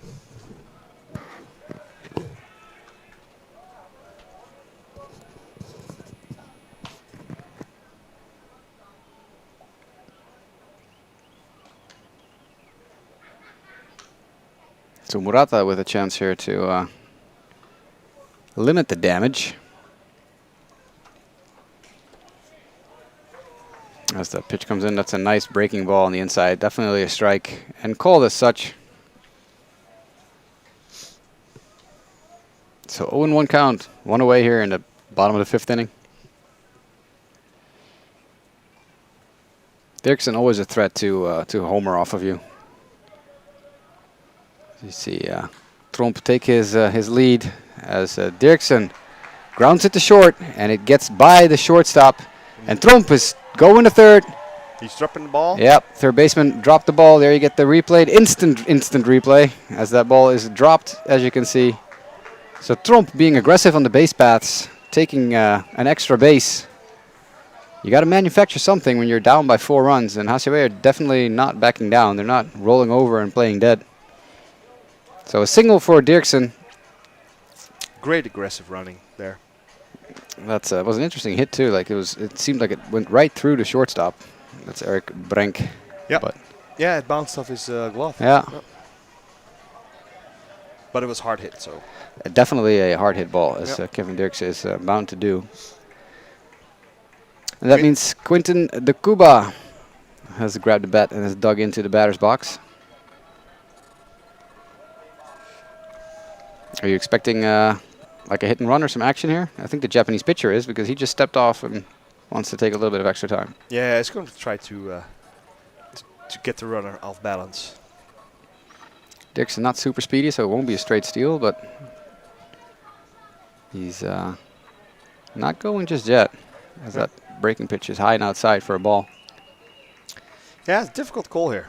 With the speedy runner, you would definitely expect some movement, but you don't want to get the second out on second base and then have 2 outs with somebody on third. And as good a hitter as Quinten de Cuba is, he is bound to swing and miss a bit every now and again, as that pitch is called a ball. That was a strike 2 batters ago to Tromp, twice in 1 at bat.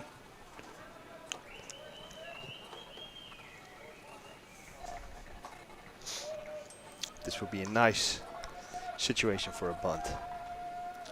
As that ball gets away from Arons, but still kind of sort of underneath him. Dirksen is on his way to second, and he is thrown out at second base. Yeah. Out by, I don't know, 2-3 meters. Yeah, that was an interesting situation. A little bit unlucky, because I think the umpire held the ball against his leg, so otherwise I think the ball would have been in the backstop. Yeah. That would have helped, but... I think the umpire, I don't know, got hit by something in an unfortunate spot. Confusion all around. Oh well. Dirksen is retired at second base, so we have 2 outs now, and instead of runners on first and third, there's only a runner at third. So de Cuba now really needs a base hit to play Tromp from third base, to make that aggressive base running from Tromp pay off.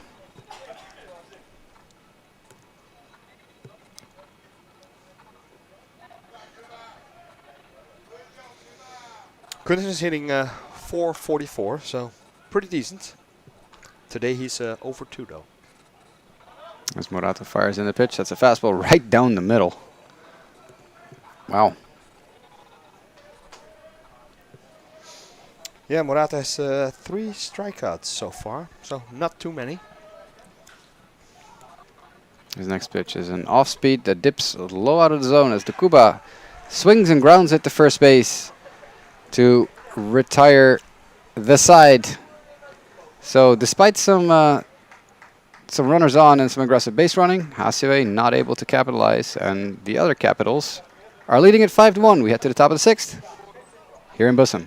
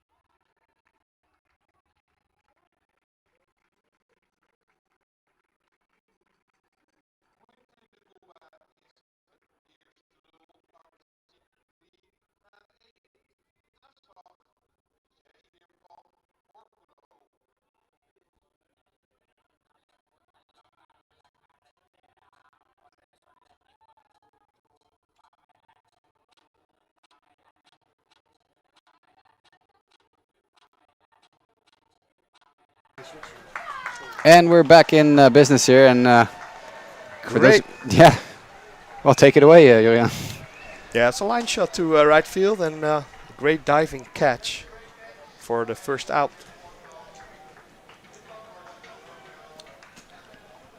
That was Denny Lankhorst, by the way.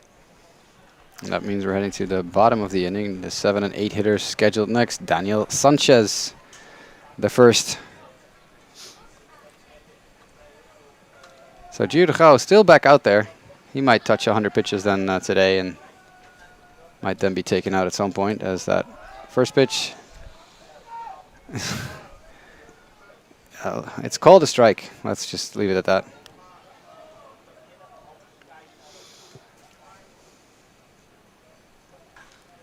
So De Grauw with the next pitch, and that is grounded to second base. Delano Salasa handles it cleanly, flips it to Sherman Marlin for the out. That's out number 2. That's a quick 2 outs here for Gio De Grauw. Very efficient inning. No? Yeah.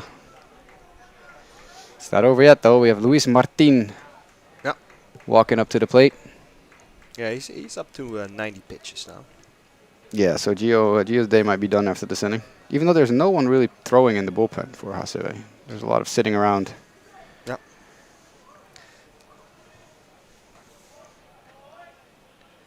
So first pitch by Gio is a ball. Yeah, on these days when it's like 24, 25 degrees, it doesn't take you a whole lot of time to warm up, actually. So That is true.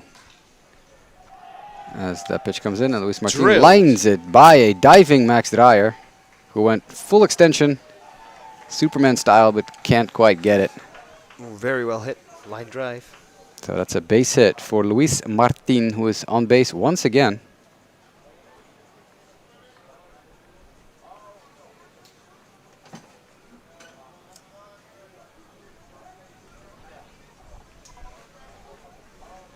That brings up Fildrik Llewellyn.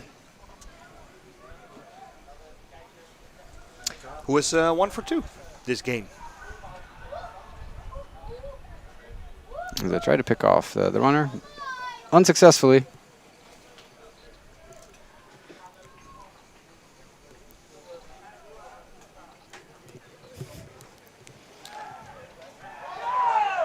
And now they do so successfully. So back-to-back pickoff attempts.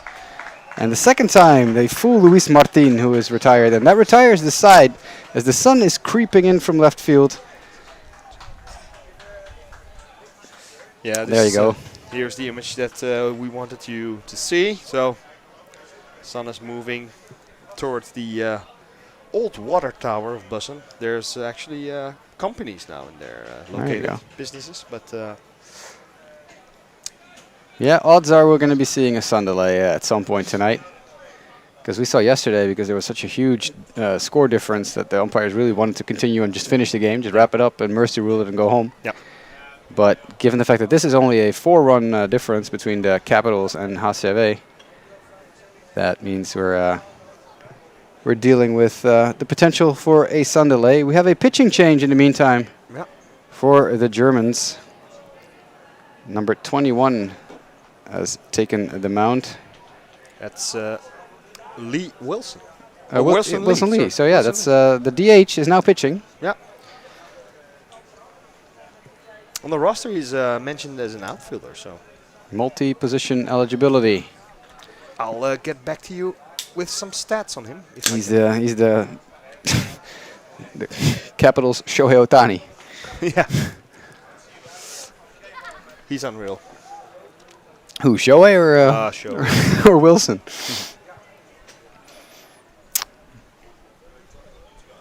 A decorated set of arms on him. As you can see, lots of tattoos.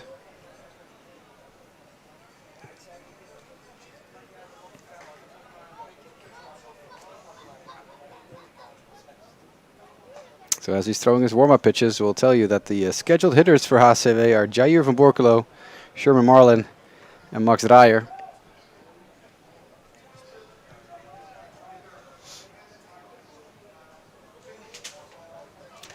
I think this is this is I think Wilson Lee. He's from Australia. He has pitched 17 innings so far, 20 Ks, and he is 2-2 with an 3.12 ERA. So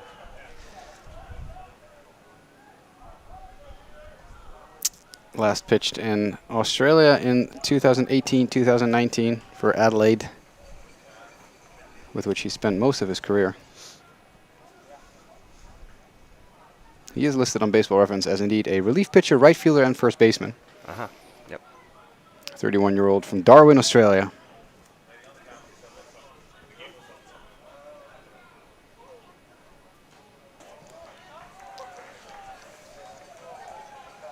As Van Borkelo swings and misses, so that's an 0-2, quick 0-2 count here for the slugger, and the home plate umpire wants him to get a move on, which I kind of understand. Oh. So 0-2 pitch coming in as that. Whoa, Wow. that goes straight to the backstop. Thank God the mascot was not playing around there. That would have been bad. All right, 1-2 count here to Jair van Borkelo. Who pops it up to the first baseman side. Just on the outside side of the fence. Yep. For a foul pop-up. Terrell Joyce, first baseman, cannot reach it. He was Johnny on the spot, but couldn't quite reach the baseball.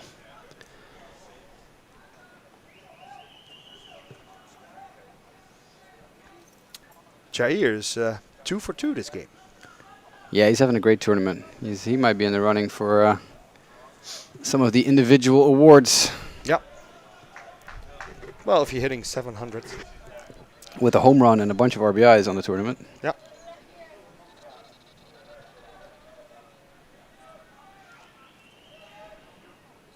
So 2-2 pitch here from Wilson Lee, as that's fouled back to the screen by Van Borkelo. Nice, quick, compact swing.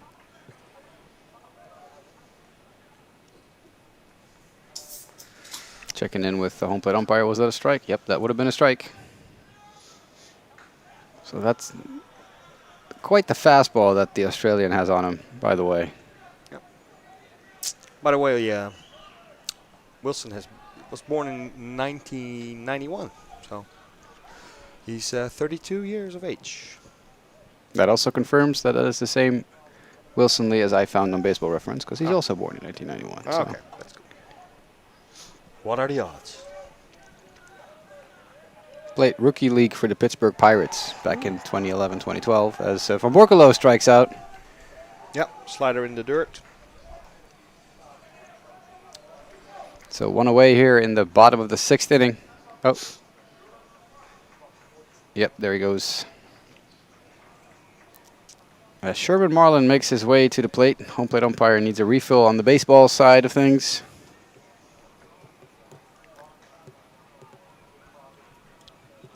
As we have players and pitchers and positional players warming up for HCAW. So we might get to see some changes in the near future. So that's ball 1 to Sherman Marlin.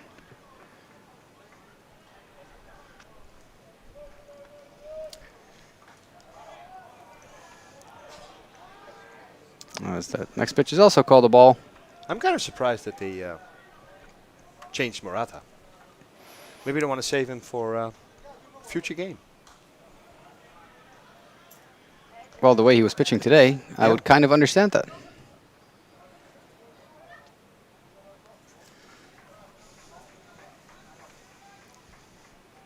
Two balls, 1 strike, 1 out in the bottom of the 6th. As Wilson winds, fires, and throws it in the dirt.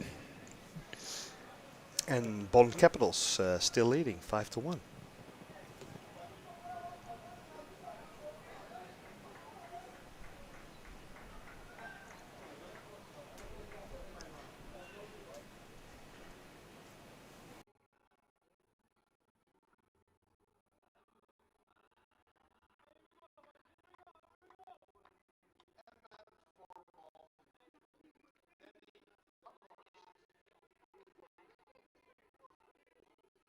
As that next pitch by Lee is a strike, so full count to Sherman Marlin.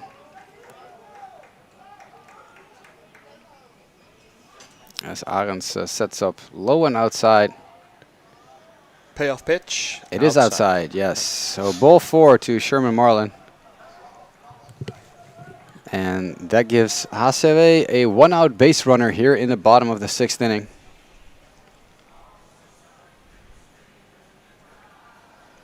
And we have a pinch runner. That's the changes I was talking about coming up. Brentley Martina was warming up for a while. And he's your pinch runner over at first base. Sherman Marlin taken out of the ball game. And I am going to guess that that means that Delano Salasa is moving to right field, Brentley Martina to second base, and Jerry van Borkelo to first base in the next inning. Okay. There you go. See. That's my guess. We got a speedy runner now on first Yeah, base. very speedy runner. So Wilson will have to pay attention to him. But from the looks of it, he's got a pretty deceptive... ooh, and then Arends goes to first. Almost surprising Brentley Martina. Yeah. Nice first pitch, first strike. From the looks of it, Wilson Lee has a very deceptive movement when it comes to the base runner, because Martina ran all the way back to first base, even though Lee went home with the pitch. Yeah. So that's a ball 1-1. Max Dreyer at the plate. It's a powerful thing as a lefty. You have a good... if you can fool them. If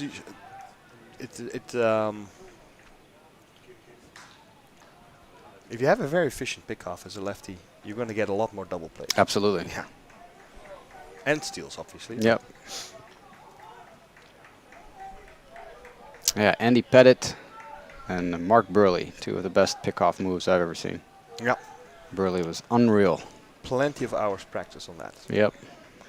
You draw this little line straight to the dugout. And you need to, make sure that you step on the line.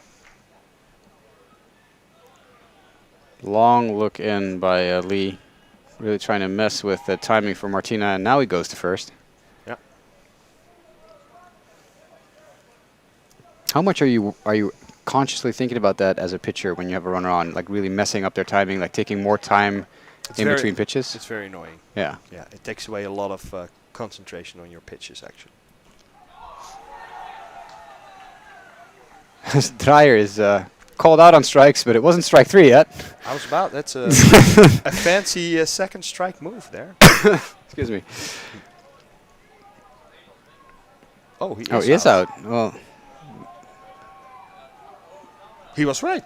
well, the scoreboard was not up to speed then, and I was obviously also taking a sip from my can of iced tea. It seemed like the home plate umpire was the only one who was convinced it was strike 3, but then Vincent Arendt said something, and Dreyer decided to make his way to the dugout. Yep. So now it's up to Bob van der Meer.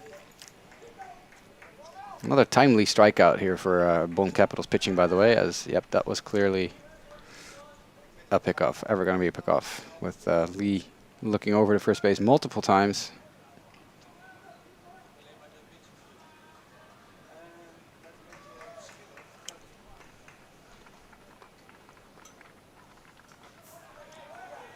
As that next pitch is a strike. Yep. Nice fastball again by Lee to Bob van der Meer. So Sabine Walter on the chat mentions that Mr. Wilson, yeah, he's started at Bonn Capitals in 2015.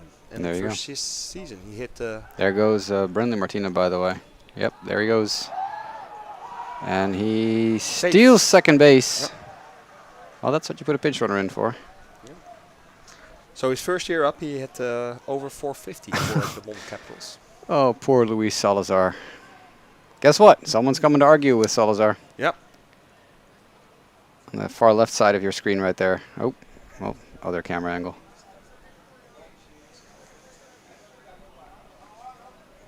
They're talking it over.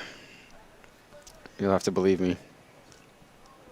Maybe a question for the people in the chat who are familiar with the Bonn Capitals. If this becomes a close game, who is going to be their closer? The conversation's over, by the way, but a little joking between the third base coach for HCAW and the Capitals manager, as the German makes his way back to the dugout, shaking his head, as this next pitch by Wilson is fired over everyone's head into the backstop. So that moves Brandy Martina into third. He's smiling at the Martina. Look at that! Look at that! He's smiling and he's joking with. I think there's a couple of his friends either on the right side of the dugout of Bonn Capitals, or he has a friend inside the dugout. But he's having a good time. Brandy Martina always with a smile on his face.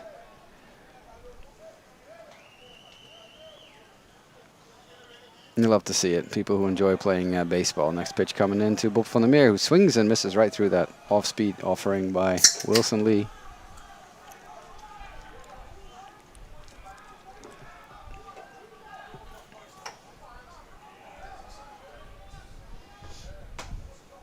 That's the next pitch by Lee is down in the dirt. Van der Meer swings right through it. Arends picks it up, fires to first, and retires Bob van der Meer. So nothing doing here in the sixth inning score-wise for HCAW as we head to the top of the seventh with Bonn Capitals up 5-1 over HCAW Bussum.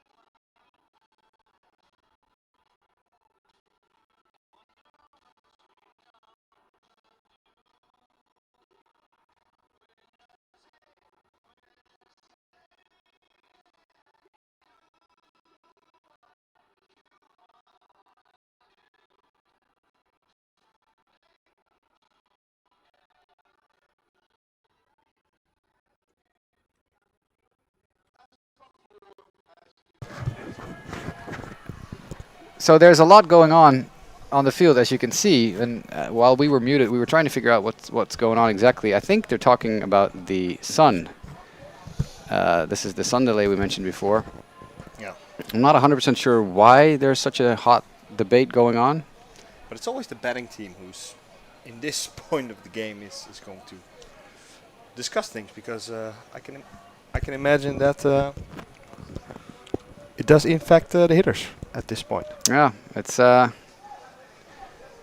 there's a little bit of yelling, a little bit of yelling. I don't like it when people yell. But we're back in business. We're gonna play baseball,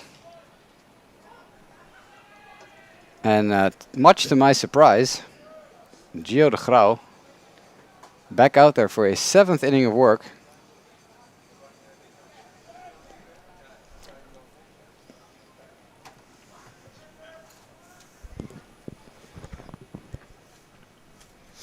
So I guess Gio has a rubber arm today. He's got a 1-1 count to Fildrik Llewellyn, he of the sweet lefty swing that you talked about last at bat, Jurjan. Yeah. So let's see if he can put the bat to the baseball once more and humor us, as that's high and outside for a ball.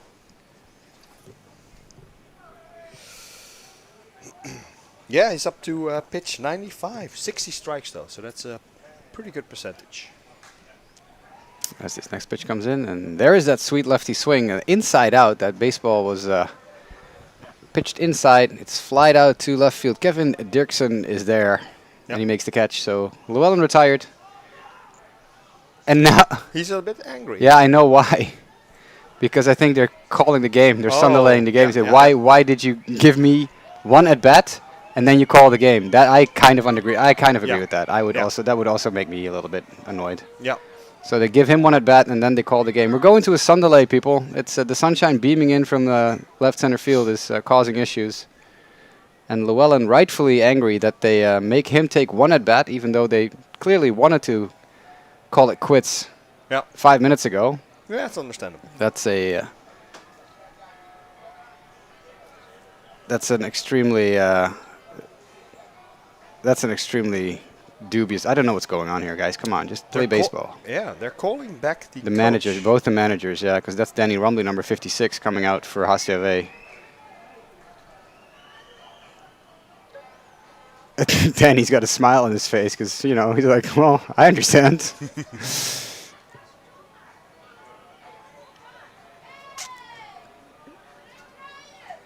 So we'll see what the end result is here. But I understand Fildrik's reaction there. That would also piss me off. Yeah. And they spent like a couple of minutes talking about it before the at-bat. No, we're going to play. And then a minute and a half later. Yeah, 1 out. 1 out, and we're done.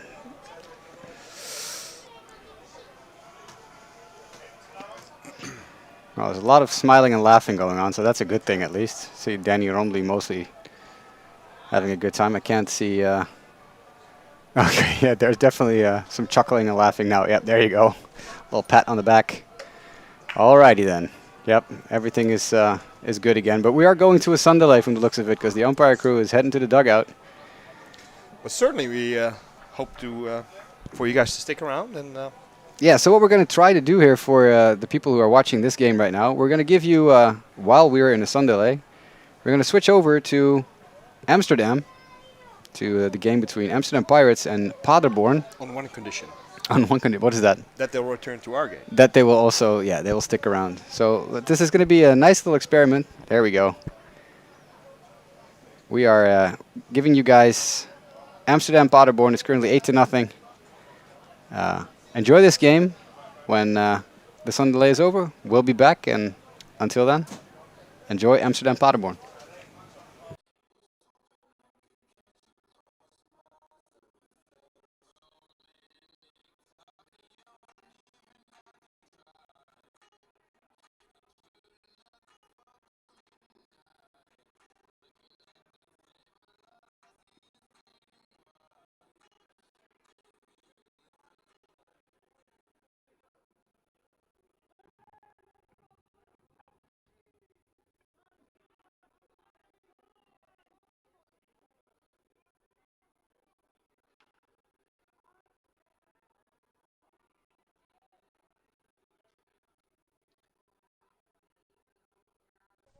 Foul ball.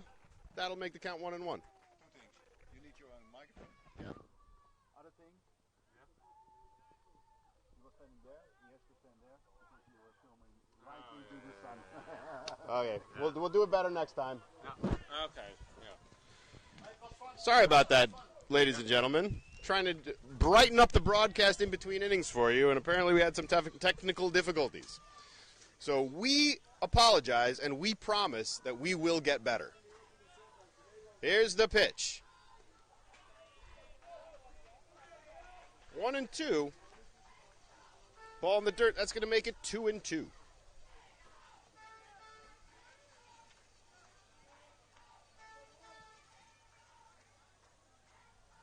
Crocs with the windup. Swung on, driven down the third base line, foul. Hits the umpire.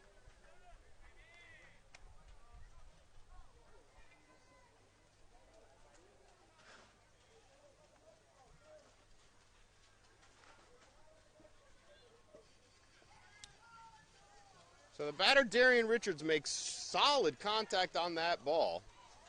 The 2-2 pitch from Croct, but just isn't able to keep it foul. Here's the 2-2 again. Swung on, fouled back again. Darian Richards putting up a strong at-bat to lead off the top of the third inning with his team down 8-0.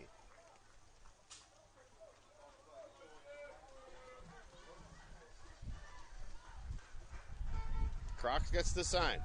Out of the windup. Here's the pitch. Rolled towards the third baseman. Just foul. Duco now charging that ball well, but it does roll foul. So we'll try the 2-2 again.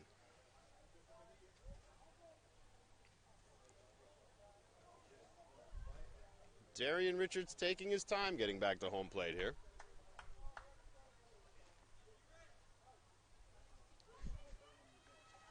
And the on-deck batter places his bat on top of home plate, waiting for him. It's a very gentlemanly way to go about things, folks.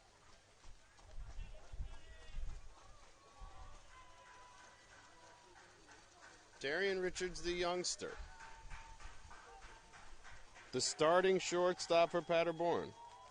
Here's the 2-2 pitch. Swung on, flared down the right field line.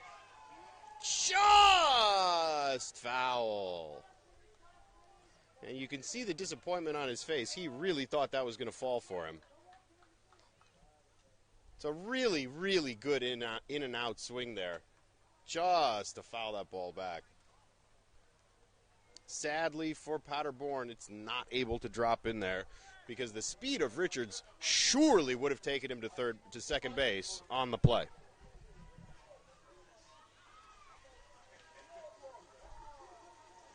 So again, the 2-2 pitch. Richards takes his time getting back to the batter's box. He digs in now. Notcroft gets the sign.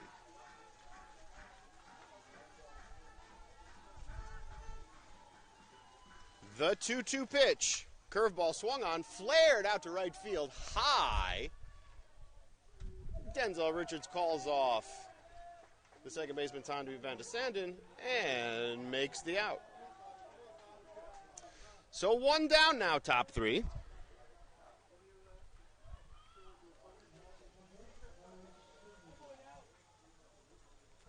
And shadows spreading across the diamond here as the sun drifts lower towards the treetops.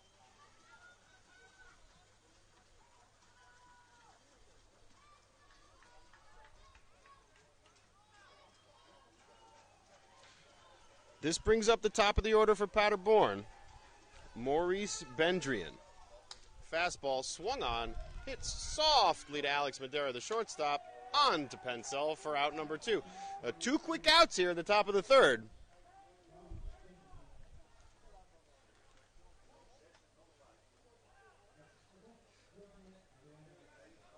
And you have to admire Bendrian's aggressive approach there at bat.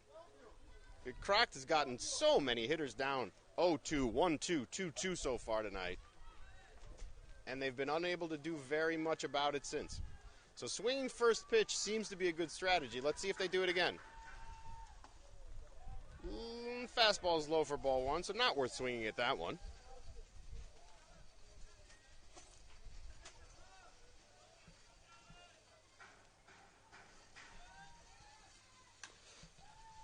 Swung on, hit to Duco Naughton, on to Yuri Pensale, and that'll be the third out of the inning.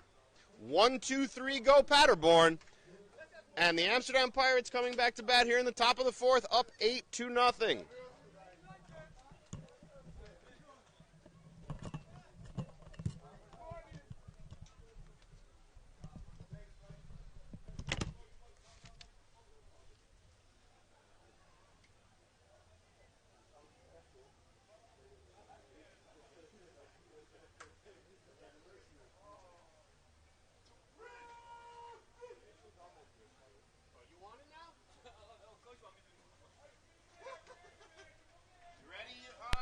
No rookies allowed.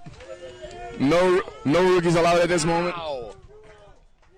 I'll get it. You ready, Hans? 5.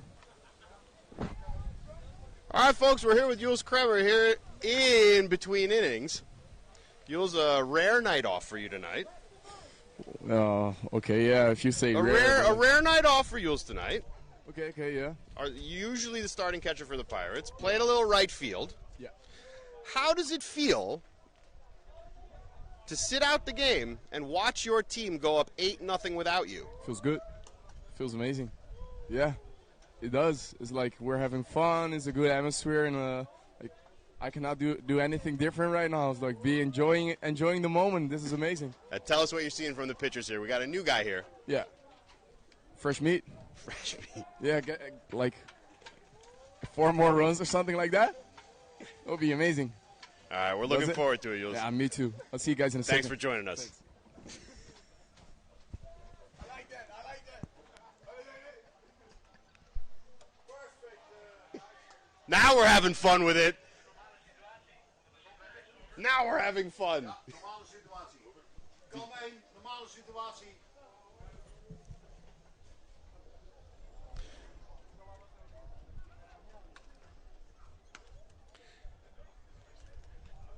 So now we'll move to the top of the fourth inning. Amsterdam's still up 8-0. We're going to have another pitching change here for Paderborn. Let's see if we can get a name to go with this face and body. Number 44 for Paderborn.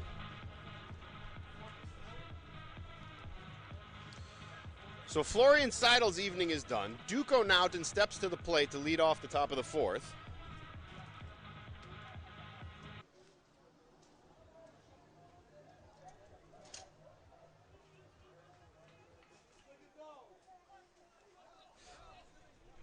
So Lucas Stefan Kloppenberg now the pitcher. And deals strike one.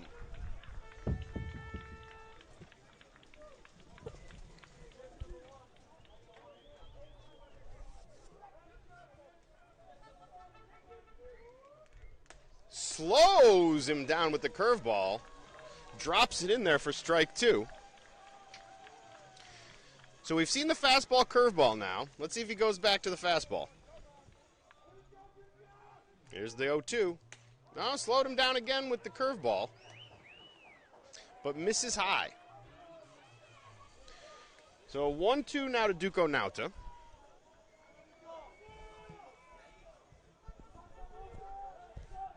Deals the 1-2 fastball.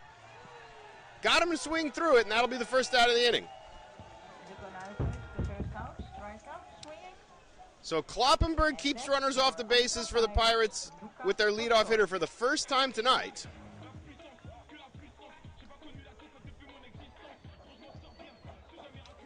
And that's going to bring up the catcher, Luca Pastor.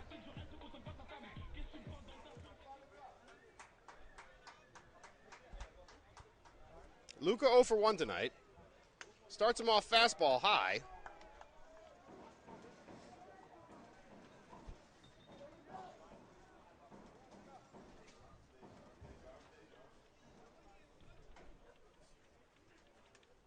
Swings through the fastball again, low, fouls it back to make it 0-2. So Kloppenburg throwing hard, throwing strikes. And if you're Untouchables Paderborn, that is exactly what you need right now. Get in and out, get back to the dugout, and get some runners on base. Slows that curveball down, but misses. So 2-1.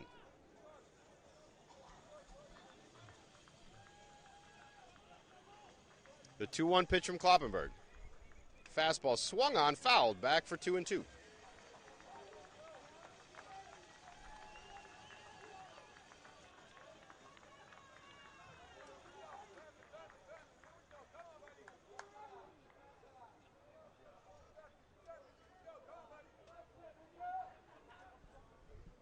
Kloppenburg gets the sign. Delivers the 2-2 pitch in the dirt. Fastball. So the count comes full here to Luca Pastor.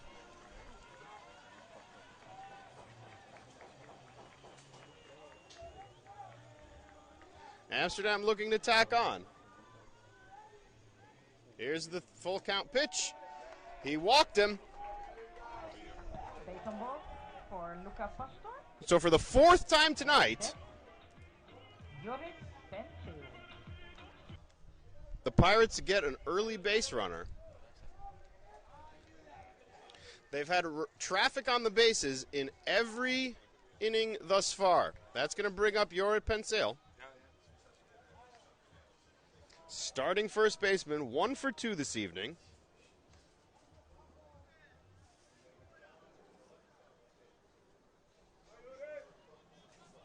And Pirates already with 6 hits on the evening. Kloppenburg deals to Pencil, who smokes the ball over the shortstop's head. That'll be the Pirates' 7th hit of the night. And runners now at first and second, with Jason Jacobus, the 9-hitter, coming up to bat.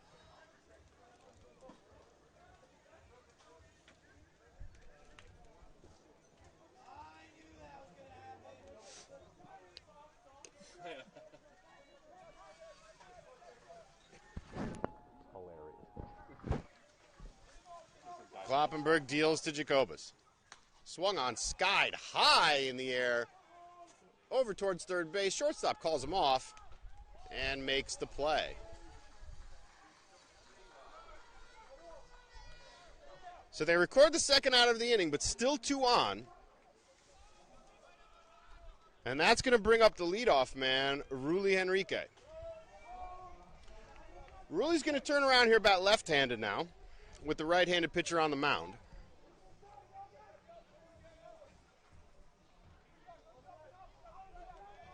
I was talking to a friend before the game. Switch hitting has got to be one of the most difficult things to do in all of sports. So kudos to anybody out there who knows how to do it and can do it successfully. Kloppenburg deals. Here's the pitch. No. Jorrit Pencil gets picked off on the throw behind from the catcher. Well, we got to look at the replay there. Because from where I'm standing, which is about 5 meters away from first base, it sure looked like he was safe to me. But the umpire, to be fair, was standing even closer than I was and called him out.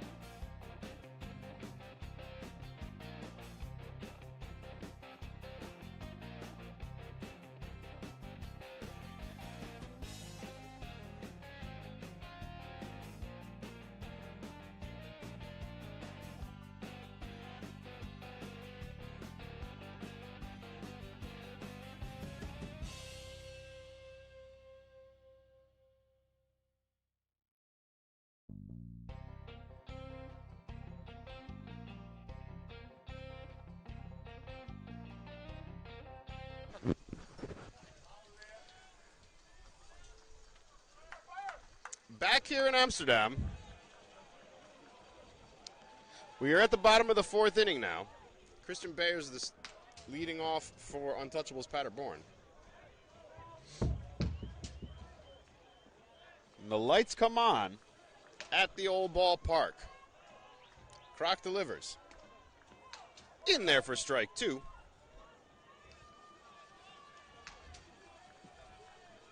And Bayers, the starting second baseman, 0 for 1 so far, in danger of going 0 for 2. Fastball just misses. Kroc's a little disappointed he didn't get that call. But now 1-2 to Christian Bayers. Here's the pitch. Swung on, fouled back, slowed him down there with the changeup.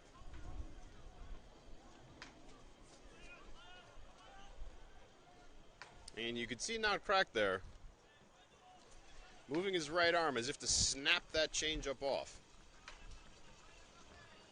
So still 1-2. Nobody on, nobody out. Swung through the slider. That's going to be the first out of the inning. Strikeout swinging. The Pirates will go ahead and toss it around. At bat, Finn Bergman. And we'll have a look here at Nout Kroc with this sweeping breaking ball. Gets Byers to swing over the top of it to record the first out of the inning. That's the 4th strikeout of the evening for Nout Kroc. Delivers the first pitch of the at-bat for a strike.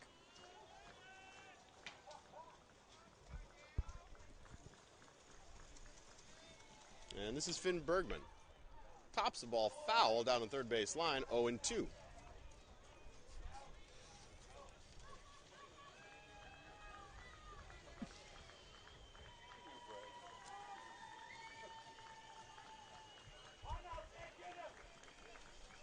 One down, bottom 4.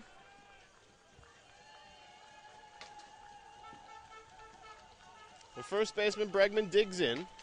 Here's the pitch. Swung over the top of the breaking ball again. For Kroc's 5th strikeout of the evening. 2 down now. At bat, Luca Ramoman.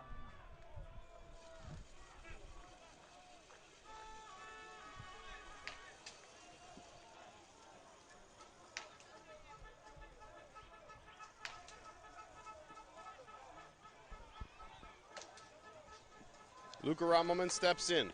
Looks at strike 1 at the knees. The fastball's in there.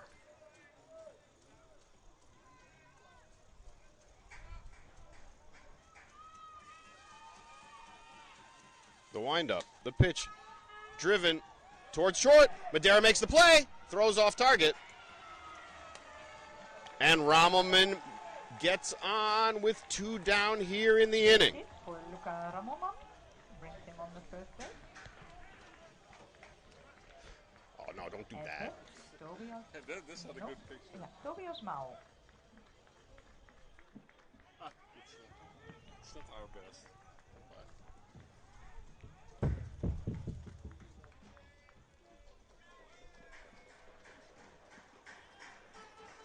So Nadir Latifi now stepping in. 2 outs, 1 on. Paderborn down 8-0. Need to make some noise here soon. They have that precious base runner. Can they make it count? The starting third baseman digs in. Swung on. Foul down the right field line. That'll make it 0-2.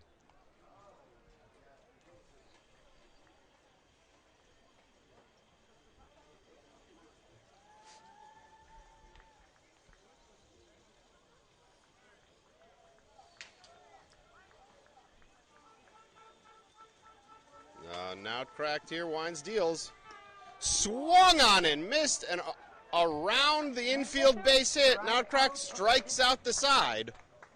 Bottom 4th inning.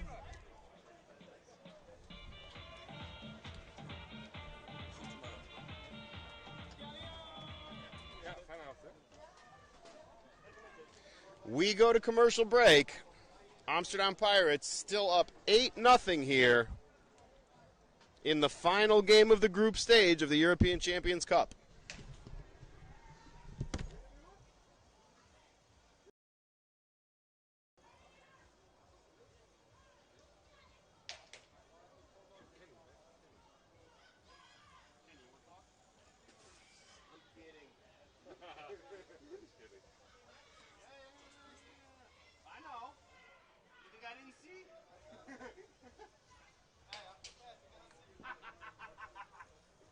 yellow shoes.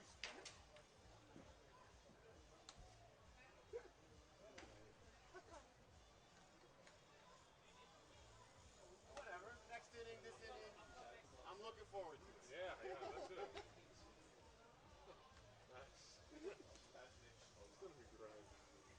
We're just having fun. Yeah, everybody's welcome. Sure. You want to do one? Hans, you want to do one? Is he there? Oh, he's not here. He went to pee. We'll do it next inning. All right, cool, man. No worries. I'm just hanging out, having fun. You know? Whenever you guys want. It's no big deal. We're just trying to make it fun. Hot in here?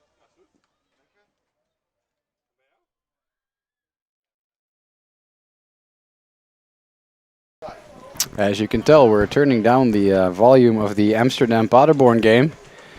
And that means that we are about to get underway again here in Bussum. As you're still seeing footage from Amsterdam, but you're hearing my voice from Bussum.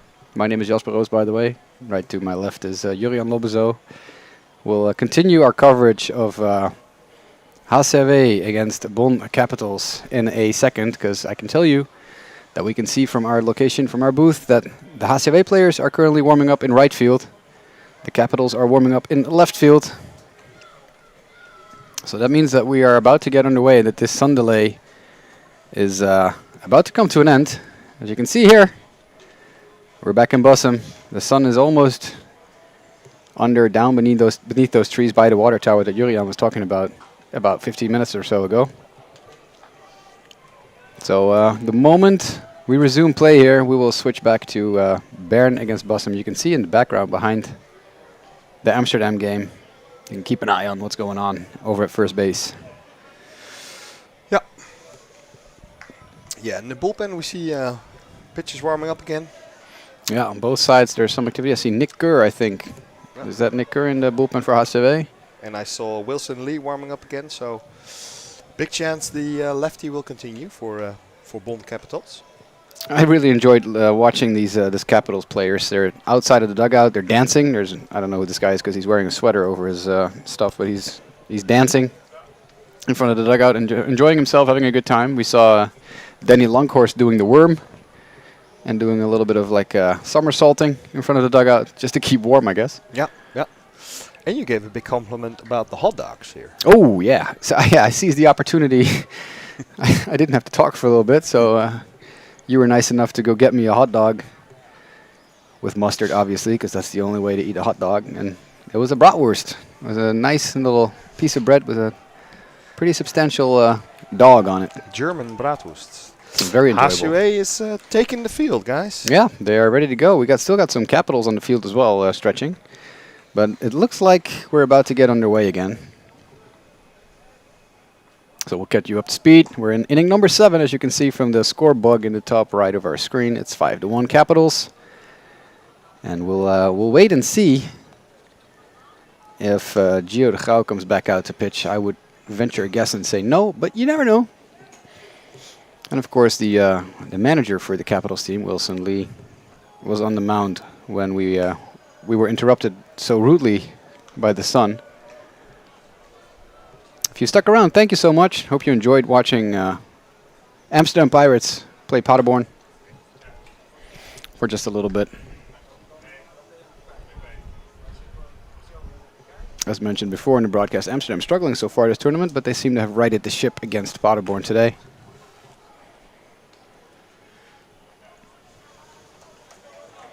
As, yep, we hear applauding coming from the German dugout. There's a coach waiting. It's Florian Naring, I think, the acting coach, while Wilson Lee is actively playing. He's waiting for the umpires over at home plate.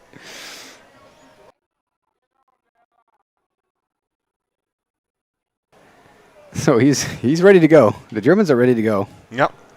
Well, they must be. They're leading 5-1. I love how he's just standing there waiting. Oh, the umpires are coming out now too. Yeah. That's fantastic. I love this guy. I mean, yes, like you said, you're leading 5-1. You want to play, right? You want to get this over with. You want to win. So that's a good one. I like that. I want to know who that long-haired guy is. Number 15? Can you tell? Yep. Nope. Can you check for me? I'm going to check. Because that is a head of hair. It almost looks like it's attached to his cap, but I think it's his real hair. It's Coach Daniel Lamb Hunt. Yep. There you go. Nice job, Coach. You could get an advertising deal for Head and Shoulders or something. Yep. On the roster, they got a pretty extensive coaching staff. Manager. Yeah, pitching coach, a whole bunch of... 5 coaches. Oh. But maybe more playing coaches. So, yeah. So an interesting thing is we're about to resume play, and the lights just came on. So right on time, as our producer, Jon Goedemans, said to me like 4 minutes ago, like, why are the lights not on? That's an excellent question. But someone found the switch. I think Jeroen might have had something to do with that. I think he might have texted the right person. So that means we're about to get back underway, Yeah. as we indeed have a pitching change. And there you see our new pitcher.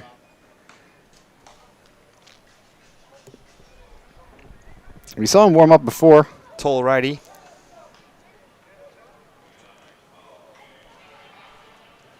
As I'm trying to get my headset adjusted here. Give me 1 second. There you go.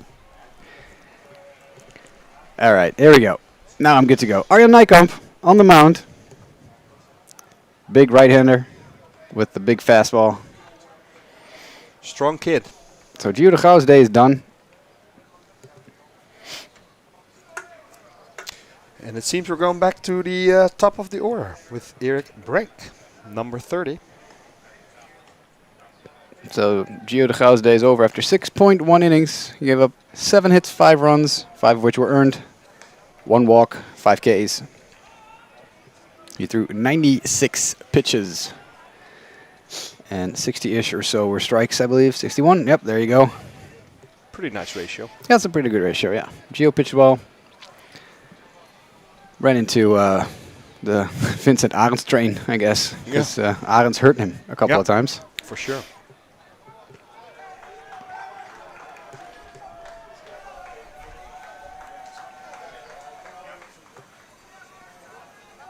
Three RBIs for Vincent Arends. Yep.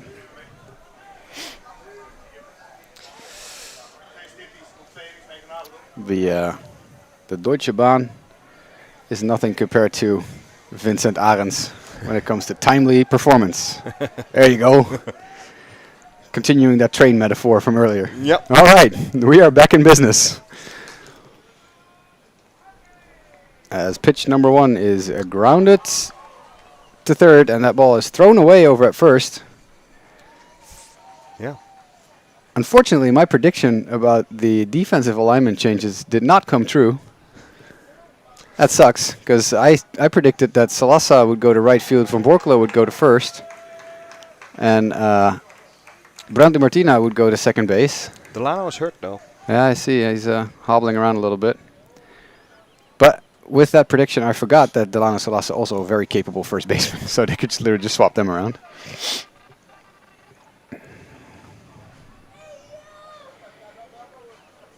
So Van Borkelo is still in right field, and just Brandt Martina, who came in as a pinch hitter for, or pinch runner, excuse me, for Sherman Marlin. Yep. Him and Salasa switch places. So Martina at second base. And we already had 1 out before the sun delay. So That's good to mention as well. Yes, the 1 out, the Philip Llewellyn out. So our next batter is Terrell Joyce, the first baseman of Bonn Capitals.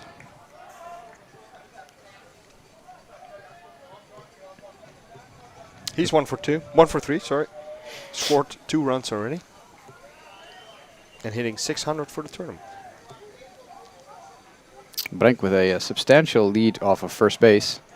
As that ball is grounded to second, fielded cleanly by Bob van der Meer, and a quick throw to first will indeed get the double play. Nifty, nifty job there by Bob van der Meer. Great arm. That's a very nice defensive play. So we had to wait for it for a little bit, but we're back in business for baseball, and a very nice job there by Arjen Nijkamp as well, pitching out of that issue. So we're heading to the bottom of the 7th inning.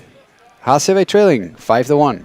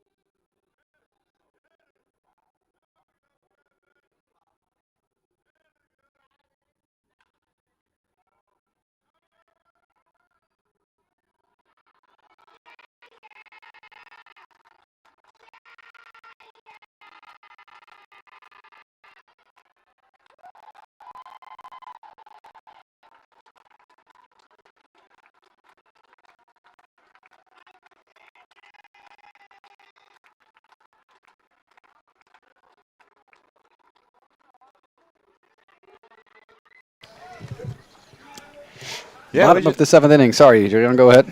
we just finished taking out to the ball game song. Well, we were already on our feet the entire game, so we didn't really have to stretch. Nope. We're not the sitting down kind. Yeah. Also because there would be a giant monitor in front of my face and I wouldn't be able to see the field. True. Yeah. But I also enjoy standing up. So Wilson Lee back on the mound. The veteran Australian who's the manager, right fielder, pitcher, designated hitter. He can do it all. He can do it all. I've heard that he also, in his spare time, cooks for the team, cleans the uniforms. He washes them. Yeah. And we're getting underway with our first batter of this inning. Nice breaking ball there for strike 1. It's Julian Goins, the number 9 hitter for HCAW, the catcher who was dug in. As Lee winds and fires, that's high and outside for a ball. 1-1 to Julian Goins. On deck, Delano Salasa in the hole, Jandro Tromp.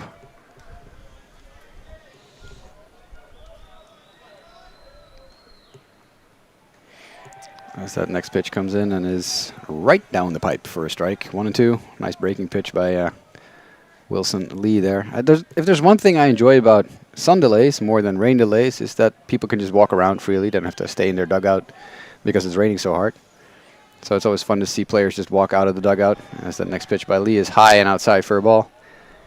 You see people catching up with friends. We saw the German coaching staff walk around the stadium for a little bit. Yeah, and I met Sidney de Jong. Yeah, you saw Sidney de Jong, former international player for Team Kingdom of the Netherlands. As that next pitch by Lee is swung on and missed by Julian Goins as he strikes out for out number 1. Yeah, I saw Brendan Martina was running around here, just catching up with his friends that he was laughing at earlier. We were talking about that when he was on third base. There's a Brendan Martina's crew is to the right side or our left, I guess, of the German dugout. Got a little wave from Brendley. I interviewed him after winning the Holland Series last year, and that's the happiest I've seen someone in front of a camera in a while. That's the next pitch to Salasa is high and tight for a ball. Top of the order for HCAW. They got to start manufacturing some runs because it hasn't been easy. It hasn't been easy going against this this German pitching staff. No. That features a Japanese player and an Australian, but still. Yeah. Yeah, their pitching is pretty good tonight. Next pitch is fouled off out of play, so 1-2 count, 1 away here. Yeah, and I earlier in the game, I thought when it was really close, I thought who would be the closer, and we did some digging. As this next pitch comes in to Salasa, and he grounds it to short. Fielded cleanly by Eric Brenk. Broken bat. And he throws out Delano Salasa at first base. I think that bat's broken. Yeah, it sounded like it. Yeah, apparently they have this pitcher, Dovydas Neverauskas. He's from Lithuania. Yeah, Lithuania. Yeah, people who have been following Major League Baseball for longer than a couple of years might recognize the name. Dovydas Neverauskas pitched for the Pittsburgh Pirates for several seasons. Yeah, 4 seasons. 2017 to 2021-ish, 2020. 2020, yeah. So would be nice to see him. Yeah, apparently he's their closer, but Yeah, he pitched close to little more than 80 innings in the big league. So as this next pitch is skied by Jean-Ro Tromp high above shortstop, and Eric Brink on your screen puts it away.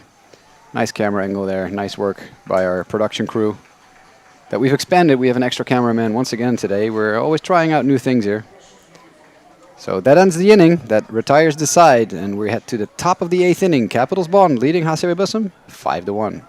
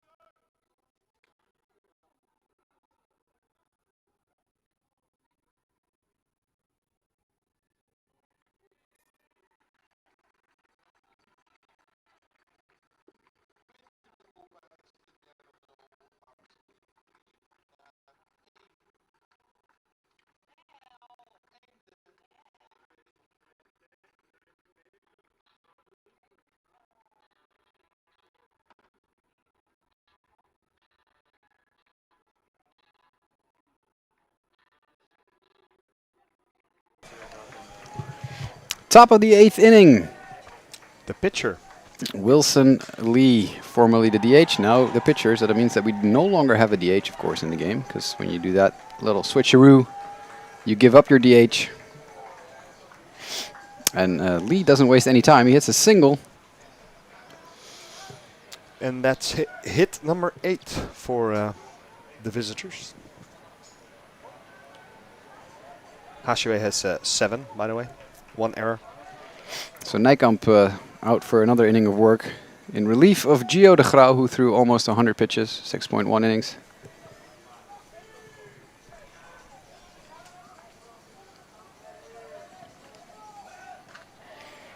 As Nijkamp fires that high and a little bit outside, as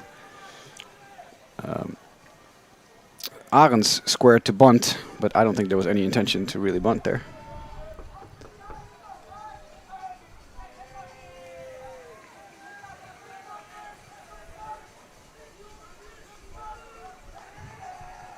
Yeah, we also thank you, by the way, for in the chat for checking in with us about the Neverauskas thing. We as that pitch is just a bit outside.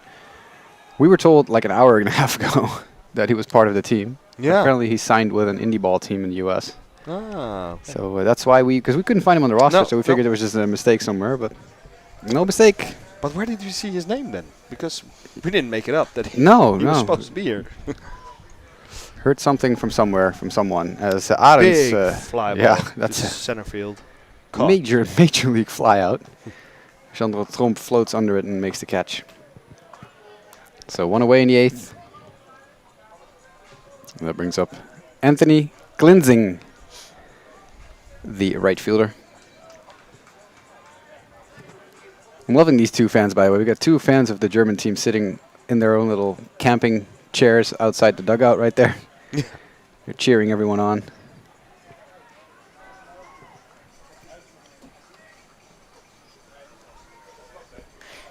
Anytime one of the hitters retreats to the dugout, they get a nice round of applause from these 2 super fans outside our window. Was first pitch is a strike to Klinzing.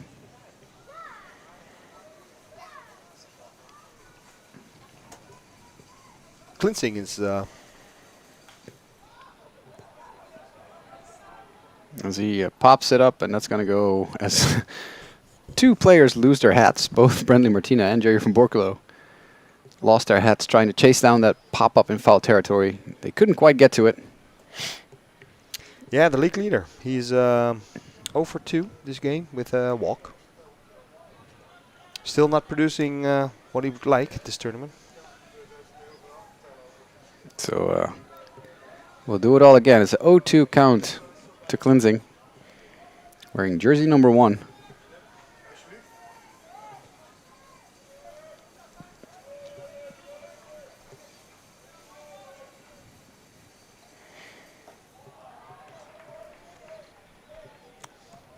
Slider in the dirt.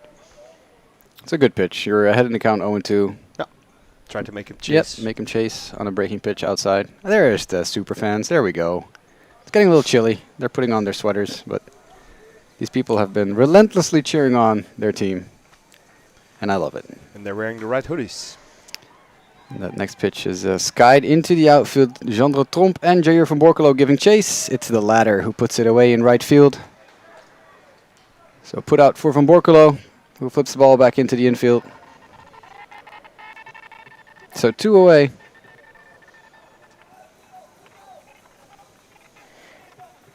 A little coaching there by Klinzing to Danny Longhorst. Yeah, then he's 1 for 3 today.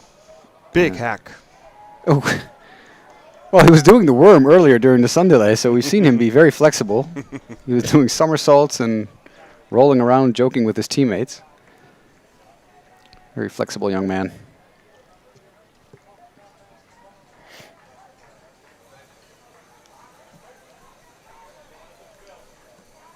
Long look in by Nijkamp here. As he winds and fires, and that's Heat. more high than tight. Little heat inside. Make sure you want to back him off a little bit, maybe.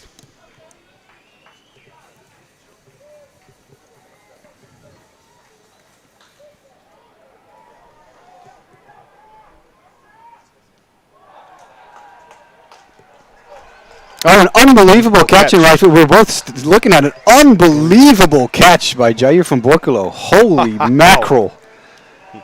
That is unreal. So that was a high pop-up by Longhorst into right field in just about fair foul territory. Yep. And van Borculo, who was playing, he was shading to center field. He wasn't even playing close Nope. to the line. In a full-out run and a Superman-style dive, hauls it in. Unbelievable play by Jair van Borculo. Oh, my God.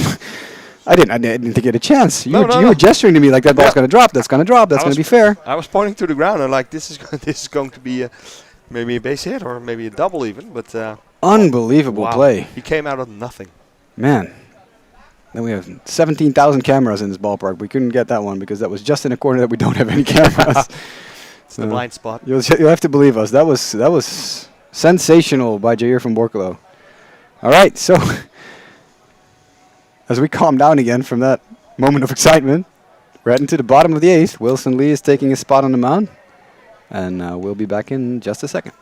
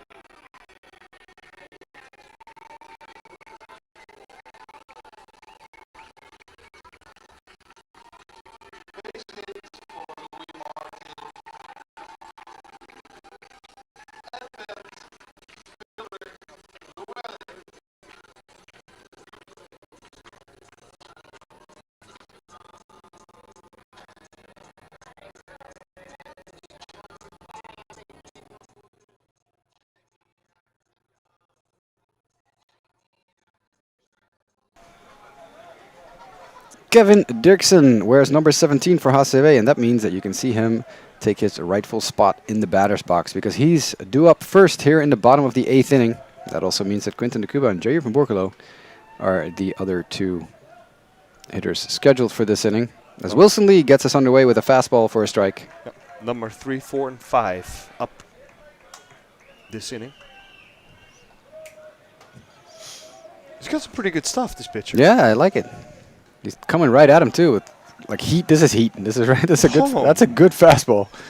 That's up. I don't know, high 80s, maybe 90. I would like to see a radar gun. Yeah. Unfortunately, we don't have one. Maybe next time. Yep, that'd be cool. Next pitch is low and inside, chopped foul by Dirksen down the line. Yeah, and he's pumped. Yeah, Wilson wants to get this game over with. He wants to go back to the hotel. Pumping gas. Seems he's got a lot of tattoos on him. Yeah. I was watching this before, but I thought, is it a long sleeve shirt? Nope, it's not. The next pitch is just a bit high for a ball. 1-2. 5-8-0 for the guests. 1-7-1 for the home team. As Wilson fires a changeup, very nice changeup there. Yeah. And Dirksen swings right through it for a strikeout. So one away here in the bottom of the 8th, bringing up lefty Quinten de Cuba.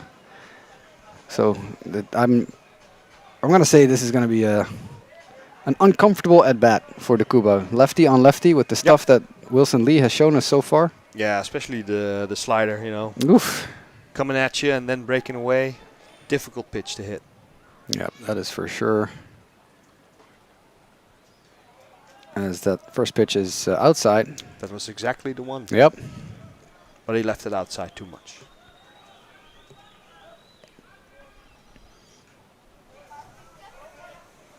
There's another one. Yep. The off-speed stuff is working as well for Lee. Yep. The infield's playing really deep on the Cuba, and I understand that. Obviously, nobody or one out, nobody on the bases. Yep. And the Cuba always a threat to smash one your direction. As this next pitch comes in and is a ball low. Nice low strike. Yeah. 2 balls and a strike, 1 out here. I think if the score is like this, Bonn will play Parma tomorrow. I believe you. You did the research. Yeah.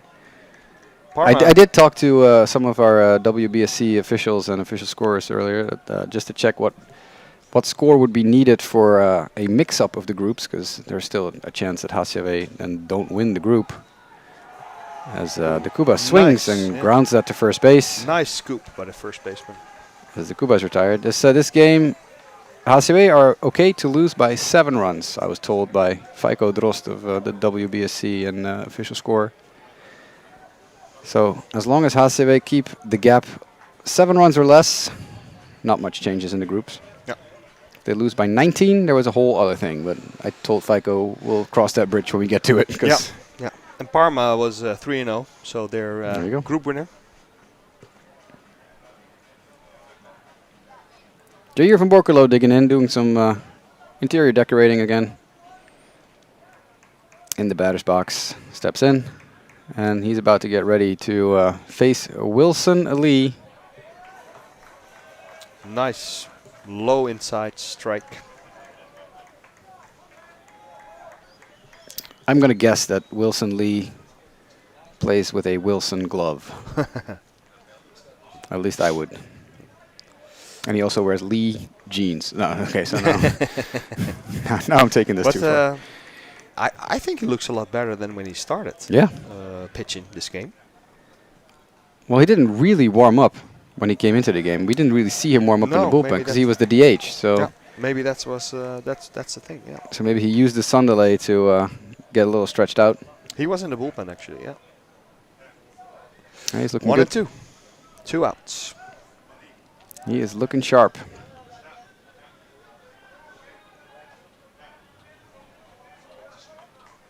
Oof. Got some velocity on that. Yep. Made his catcher flinch. That's It's always a good sign as a pitcher if you're making your catcher flinch, then something's going right. This next pitch is a breaking ball that doesn't break enough, so it's outside for a ball. 3-2.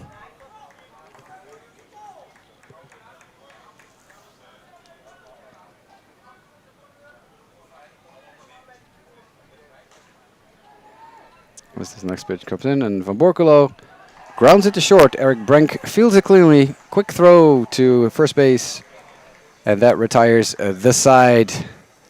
So we'll head to the top of the ninth. Bonn Capitals, one more chance to expand on their 5-1 lead here in Bussum during the European Champions Cup Baseball 2023.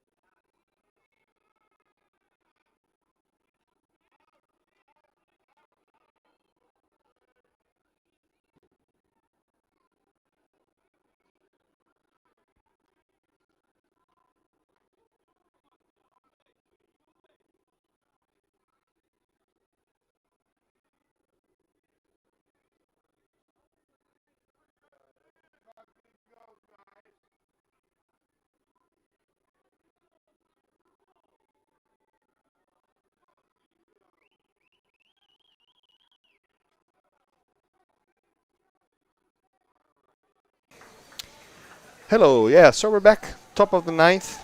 We have a new pitcher for HCAW, Jasper Elfrink. He has pitched 10 innings this season. He's 1-1 with a 4.35 ERA.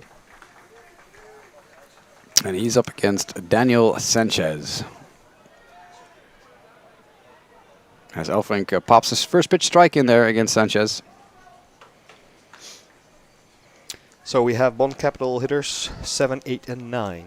The bottom of the order. As Elfrink fires his next fastball in, that's popped up high in the air. Van Borkelo is calling for it in right field, and he's the only one who can get there. And he does. We'll definitely get that one on screen. Nice job, guys. These guys are getting better every Yeah, day. every inning. Better every inning. Every inning, yeah. You love to see it. That brings up number 19, Luis Martin.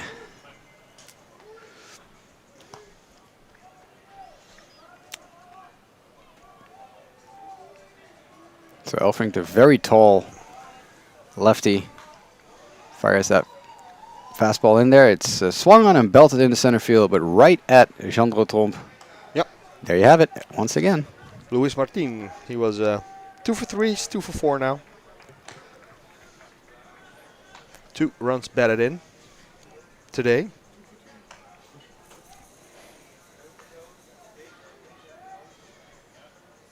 So the best part is that since we're working with a new camera setup, with new cameramen and new gear, there's always a lot of joy when something something works out. A lot of thumbs up being thrown around right now in the director booth.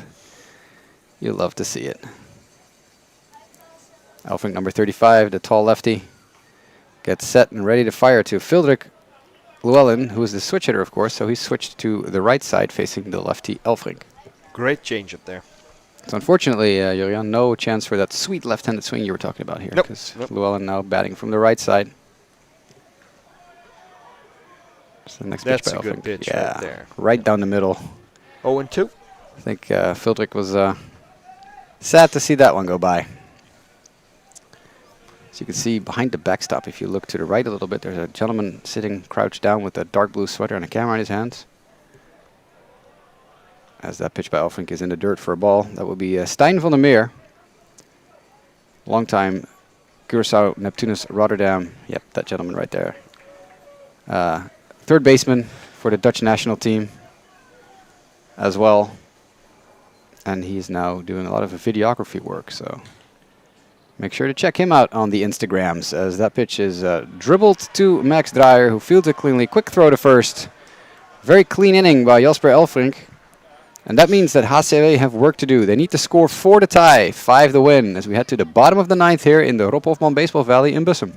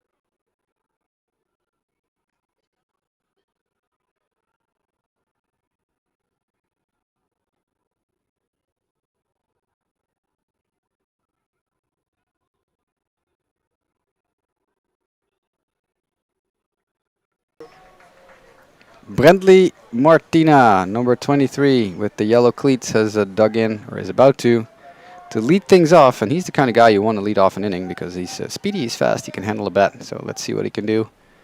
He's followed by Max Dreyer and Bob van der Meer in the batting order. And he swings and belts the first pitch he sees, and that is gone. Wow. Brentley Martina. That is As I'm big. talking about his speed and him being a leadoff hitter, he hits a leadoff bomb in the 9th inning as he waves to his fans in the crowd. There we go. Nice job, Brentley. That was a towering home run, as the whole bullpen is emptying too to join in the celebrations. They're coming in from the left side of your screen in a second. There they are. As the celebration is on here for HCAW, even though they're still trailing. But Brentley Martina with a first pitch leadoff home run off a guy who had literally been dominating for the past 2 innings. Yeah. Well, you could see the pitch was high. Yep, and Martina did not miss it. Nope. As the relief pitchers are racing back to the bullpen again now. At least they got their warm-up jog in. So that brings up Max Dreyer, as the score is now 5-2, still in favor of Bonn Capitals. As Dreyer thought about doing the same thing that he saw Brentley Martina do, that's swing at the first pitch and hit it out. Instead, he hits nothing but air. And it's an 0-1 count. Next pitch is in there for a strike. Great breaking ball down.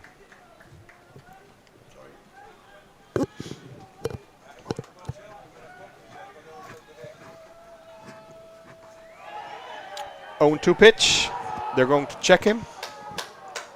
And no Nope. swing. Nope, nothing doing. So 1-2 count for Max Dreyer.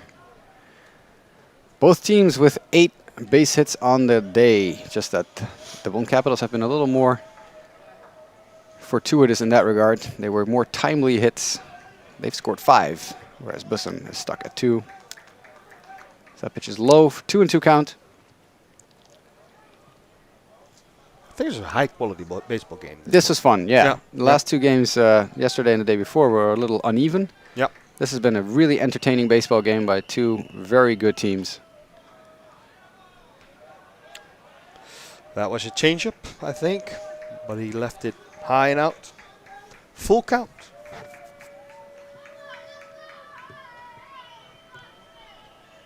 Crowd is still definitely in it. And they check swing, they check at first base, no swing. So Max Dreyer walks. There he is. And that brings up Bob van der Meer. Bottom of the lineup, 8 and 9 hitters. Bob van der Meer, number 8, Julian Goins in the on-deck circle.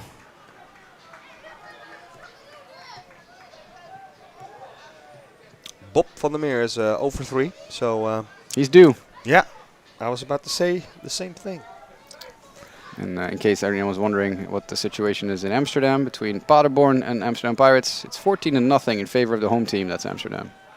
Well, home team as in they're playing their own ballpark. They're playing the away side of things today, but Van der Meer whiffs, so that's an 0-1 count. So Amsterdam's back on track. They lost 2 in a row, but they're blowing out Paderborn. So now we can focus our attention back here as Wilson Lee fires a pitch in. It's hit foul by Van der Meer.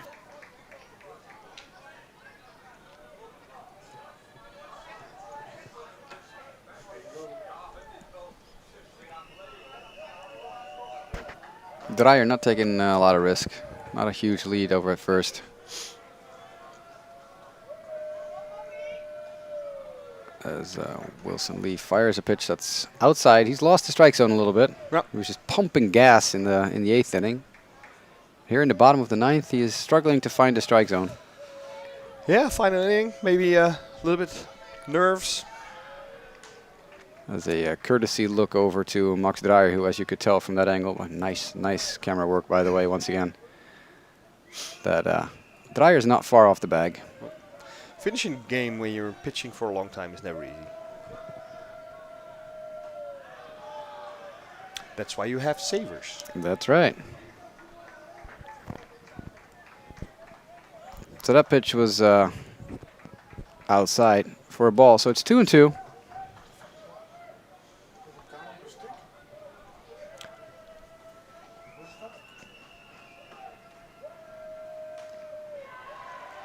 As Van der Meer swings and grounds it to second base. Quick flip to the shortstop and a quick throw to first. Double A. That's a lovely double play there by the Bonn Capitals. Very quickly turned.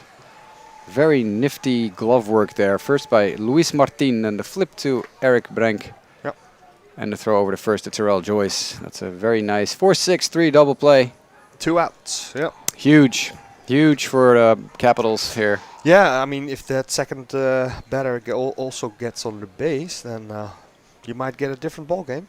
And now it's all up to Julian Goins to keep it going. With number 1 hitter Delano Salasa in the on-deck circle. It's up to Goins to flip the lineup over. As he skies that first pitch in the air, and it will come down in fair territory. And that's Terrell Joyce right there with the catch. Yep. And that is ball game. Yep. Bonn Capitals beat HCAW Bussum 5-2, and that is Bonn Capitals good team obviously, but after 2 massive HCAW blowouts in game 1 and 2 of this tournament, that is a very, very impressive performance today by the German team. Yeah, exactly. Congratulations, and they've earned it tonight. And as you said before, this has been a very, very entertaining ball game. Very high quality pitching. High quality hitting, nice field work, some nice double plays, some good defensive plays as well. We were marveling over Vincent Arends's arm earlier, the cannon from Bonn. Yeah. Unbelievable gun in his arm. Exactly, yeah. So this has been a well-played game by 2 well-coached and well-trained teams. Yeah. I'm curious if they are going to play Parma. I don't think I think they have a chance. Yeah, it's this should be a very interesting rest of the tournament. Yeah. So for us, that wraps our day up here. On behalf of everyone here in the booth, I want to thank you too, Julian, for hanging out with me again. Yeah. Much appreciated. Tomorrow you are off again. Yeah. Yeah. So maybe we can hear your voice again on Saturday. Yeah, let's see. Yeah. I'll be back here tomorrow for sure. Jeroen Groenemans, my producer to my right, will be as well. Mike Spijkerman over my left shoulder in charge of the graphics will be back as well tomorrow. And for now, my name is Jasper Roos. I'm signing off here with Julian Lobeso. Thank you so much for watching and hope to see you back again here tomorrow night, 7 o'clock. See you then. Yeah, enjoy your evening.